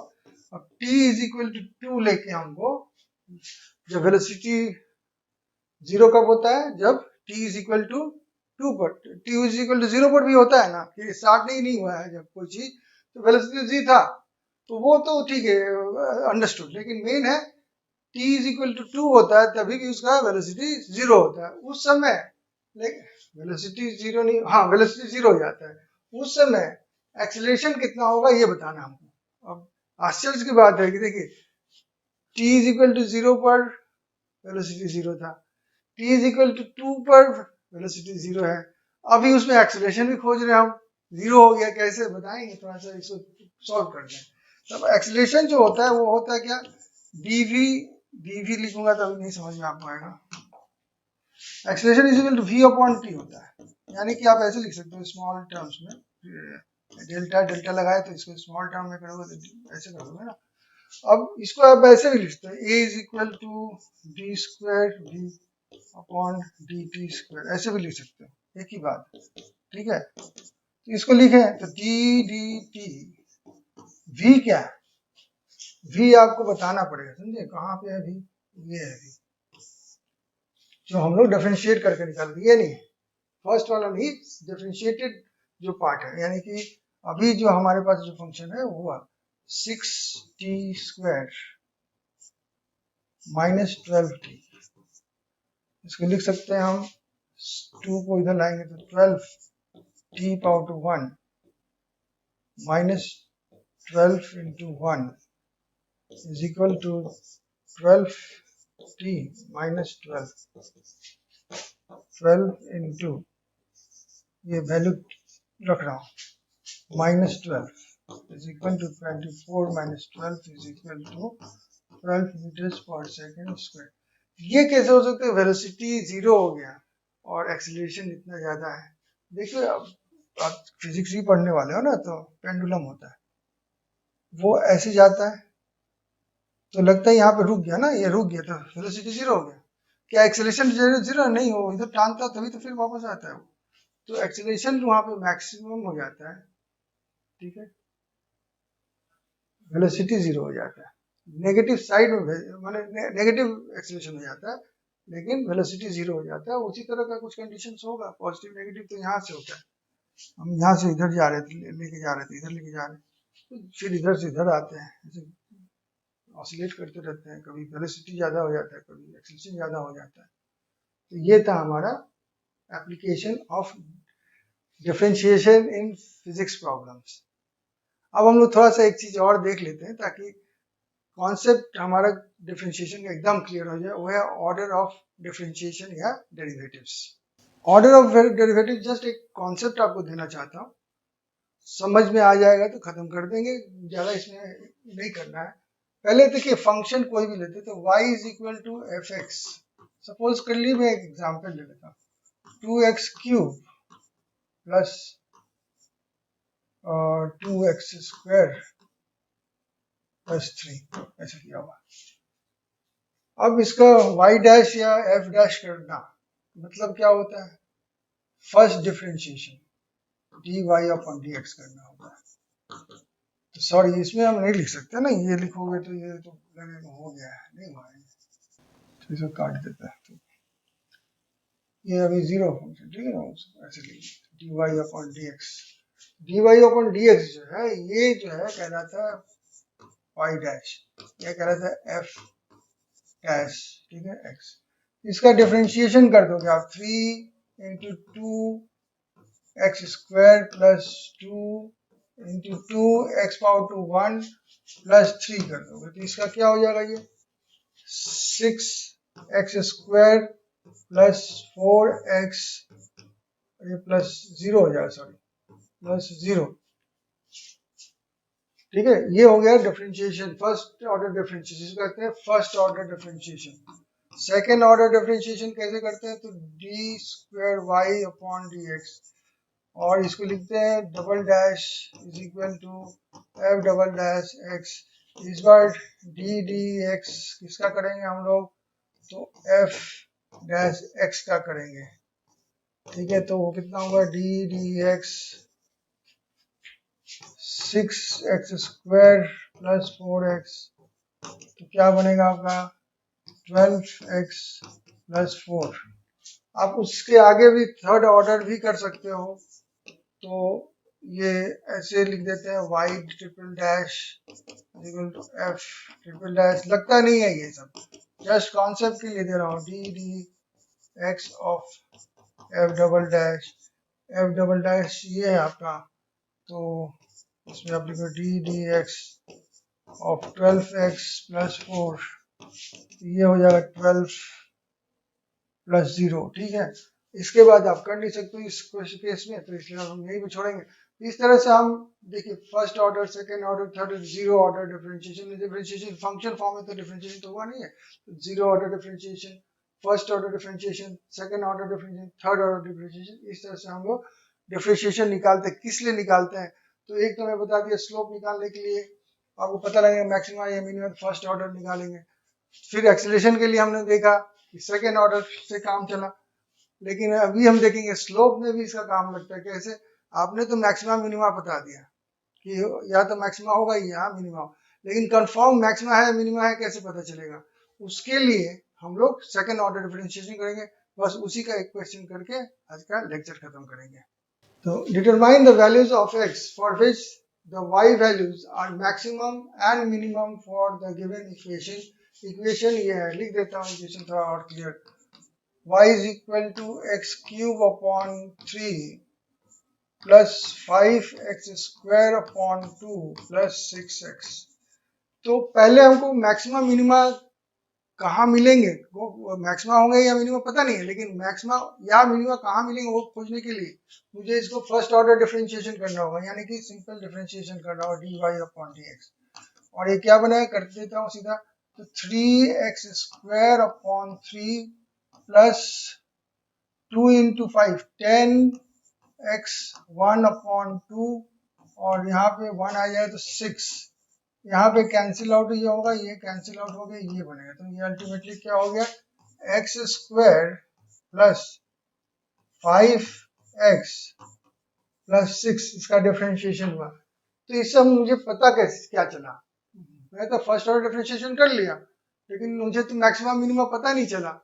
एक कंडीशन है ना कि मैक्सिमम मिनिमम कब होगा, जब आप फर्स्ट ऑर्डर डिफरेंशिएशन करोगे और आंसर आएगा equal to 0, slope will be equal to 0। ये आपका 0 आना चाहिए, dy अपॉन dx जब 0 आए तभी आपको मैक्सिमा या मिनिमा मिलेगा।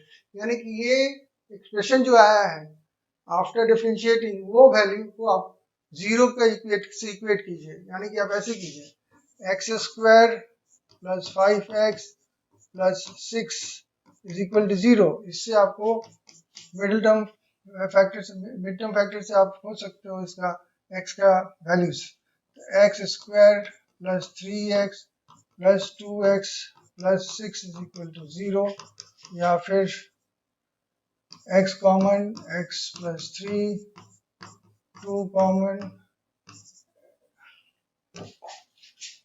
x plus 3 is equal to 0, या फिर x plus 3 x plus 2 is equal to 0, और उससे हमें क्या मिला, x इज इधर इक्वल टू -2 और इक्वल टू -3। अब ये तो पता चल गया कि मैक्सिमा या मिनिमा -2 एंड -3 पर है, लेकिन कहाँ पर y का वैल्यू मैक्सिमम है, कहाँ मिनिमम है, वो कैसे पता चलेगा। वो पता लगाने के लिए आपको सेकेंड ऑर्डर डिफरेंशिएशन पर जाना पड़ेगा। सेकेंड ऑर्डर डिफरेंशिएशन वो क्या होता है, ये होता है, और वो खोजते कैसे हैं, ऐसे डी डी एक्स ऑफ आप जो dy dx मिला है आपका फर्स्ट ऑर्डर, तो क्या है x square plus 5x plus 6, ये इसका डिफरेंशिएशन कीजिए, तो ये होगा 2x प्लस 5, बस नहीं आएगा, 0 हो जाएगा। अब क्या करना है, अब आपको ये जो वैल्यूज आपके हैं x के, इसको पुट कीजिए और देखिए क्या आता है इसका आंसर। तो लिखते हैं putting x is equal to -2, तो होगा 2 into -2 plus 5 is equal to -4 plus 5 is equal to +1। मैं जानबूझकर +1 लिखा हूँ। Putting x is equal to -3, तो क्या आएगा आपका 2 into -3 plus 5 is equal to -6 plus 5 is equal to -1। अब देखिए दो वैल्यूज आए, एक तो पॉजिटिव आया, ये पॉजिटिव है, पॉजिटिव कह सकते हैं, या फिर इसको कह सकते हैं ग्रेटर देन 0 आया, और एक नेगेटिव आया, इसको कह सकते हैं आप लेस देन 0 आया। तो देखिए पहले तो ये 0 आया था, अब जो वैल्यू एक आ रहा है पॉजिटिव, एक नेगेटिव। अब याद रखिएगा, मैं डायग्राम थोड़ा दिखाना चाहता हूँ फिर से। ये डायग्राम है और ये स्लोप्स है, ठीक है। तो स्लोप यहाँ का देखिए, यहाँ का देखिए, सॉरी यहाँ का, ये मैक्सिमा का पॉइंट है स्लोप, और ये है मिनिमा का। ये तो देखने से पता चल रहा है। देखिए जब हम डबल डिफरेंशिएशन करते तो ये उतरता है, देखिए फंक्शन जो था उठ रहा था, डिफरेंशिएशन यहाँ पे किए तो 0 हो गया, उसके बाद वो नेगेटिव में जा रहा है, लेस देन 0। तो मैक्सिमा के बाद में आप डबल डिफरेंशिएशन करते हो, उसके बाद डिफरेंशिएशन करते हो तो वैल्यू नेगेटिव में जाता है, तो ये मैक्सिमा का वैल्यू हो गया, मैक्सिमा। मैक्सिमा के बाद में ये क्या होगा, उतरेगा, और ये जो है यहाँ पर आ गया मिनिमम, तो आ गया, मिनिमम के बाद में आप डिफरेंशिएट करोगे स्लोप क्या होगा, बढ़ेगा, तो बढ़ा, ये मैक्सिमा का हो गया। तो याद रखिएगा जहां आपके पास पॉजिटिव होगा वो मिनिमम होगा, वहां से पॉजिटिव शुरू हो जाता है, जहां मैक्सिमा है वहां पर आपका नेगेटिव शुरू हो जाता है। एक्चुअली ये डायग्राम ऐसा है, ये नहीं है। अब देखिए यहाँ पर आपका मैक्सिमम है तो कितना है, वो नहीं, ये डायग्राम नहीं है, डायग्राम ऐसा कुछ है, मैक्सिमम -1 पर है आपका ऐसे, और मिनिमम तो ये -1 पकड़ लीजिए यहाँ पे, और ये +1 पकड़ लीजिए, ऐसे कुछ डायग्राम है। तो डायग्राम तो आप बना के देख के बना रहे हो, लेकिन कैलकुलेशन से आपको पता चलेगा कौन सा। तो कह सकते हैं कि यहाँ पे जो x का जो कौन सा वैल्यू, x का -3 वैल्यू, सॉरी -1 लिख रहा था मैं, गलत लिख रहा था, ये -3 होगा। हाँ तो यही डायग्राम, सॉरी यही डायग्राम, -3 जो वैल्यू है यहाँ पर x का, और -2 यहाँ पर, यही आपके मैक्सिमम मिनिमा, ये रॉन्ग फिगर में बना दिया भाई, सॉरी। इसको देखते हैं, यहाँ पे -3 जब आएगा तो आपको क्या मिला, मैक्सिमा मिला, ये कर्व मिला। और -2 जब आया आपका -2, तो ग्रेटर देन, यहाँ से ग्रेटर देन होगा तो ये मिनिमा मिला। तो इस तरह से याद रखें, मिनिमा के लिए डबल डिफरेंशिएशन के बाद में क्या होगा, पॉजिटिव आंसर आएगा। मैक्सिमा के लिए डबल डिफरेंशिएशन के बाद में क्या आएगा, नेगेटिव आंसर है। और खुद को तो डबल डिफरेंशिएशन पर 0 आता है दोनों का, मैक्सिमा या मिनिमा दोनों का। ये था हम लोगों का आज का क्लास डिफरेंशिएशन पर। लगभग पूरा जो कॉन्सेप्ट है मैंने कंप्लीट करने की कोशिश की है। एक सेक्शन है जो कि फिजिक्स में नहीं लगता है, इसलिए हमने टच नहीं किया, ना ट्रिग्नोमेट्री में ना डिफरेंशिएशन में, वो है inverse trigonometry, and you don't need to know that, okay. उसके अलावा बाकी सब आपको ट्रिग्नोमेट्री में और डिफरेंशिएशन सिखा दिया गया है, बस पढ़िए पढ़िए। तो thank you for staying with me so long, और ये बात तो मत भूलिएगा, लाइक शेयर और सब्सक्राइब करना, दोस्तों से भी कहिए, खुद भी देखिए। नहीं समझ में आता है, कम से कम ये डिफरेंशिएशन का जो सेक्शन है, इसको रिवाइज जरूर कीजिएगा, क्योंकि अगर नहीं रिवाइज कीजिएगा तो नेक्स्ट जो वीडियो या लेक्चर होगा वो इंटीग्रेशन पर होगा, और इसमें इंटीग्रेशन में आपको डिफरेंशिएशन के जितने सारे डिफरेंशिएशन इसमें किया था उनका इस्तेमाल फिर वहां पर भी होने वाला है, दूसरे रिवर्स फॉर्म में करने, मतलब उसका उल्टा करेंगे। तो लेकिन तो सीखना पड़ेगा, तो उसको अगर ये जानोगे तभी तो वो भी पहचानोगे। तो जब ये जानोगे नहीं तो वो कैसे पहचानोगे। तो जैसे इस क्लास को अगर ठीक से नहीं अगर रिवाइज करते हो तो वो क्लास आपके लिए बेकार हो जाएगा। तो ख्याल कीजिएगा कि इसको ठीक से कम इस वीडियो को 2 से 3 बार देखें। 2x में देखने की जरूरत नहीं है इस वीडियो को, बाकी सब वीडियोस आप जिस x में देखिए हमको कोई एतराज नहीं है। इसको डिफरेंशिएशन को 2x में वर्जित है, ठीक है। तो थैंक यू, जश्न जीत के साथ पढ़ते रहिए और कामयाबी की तरफ बढ़ते रहिए।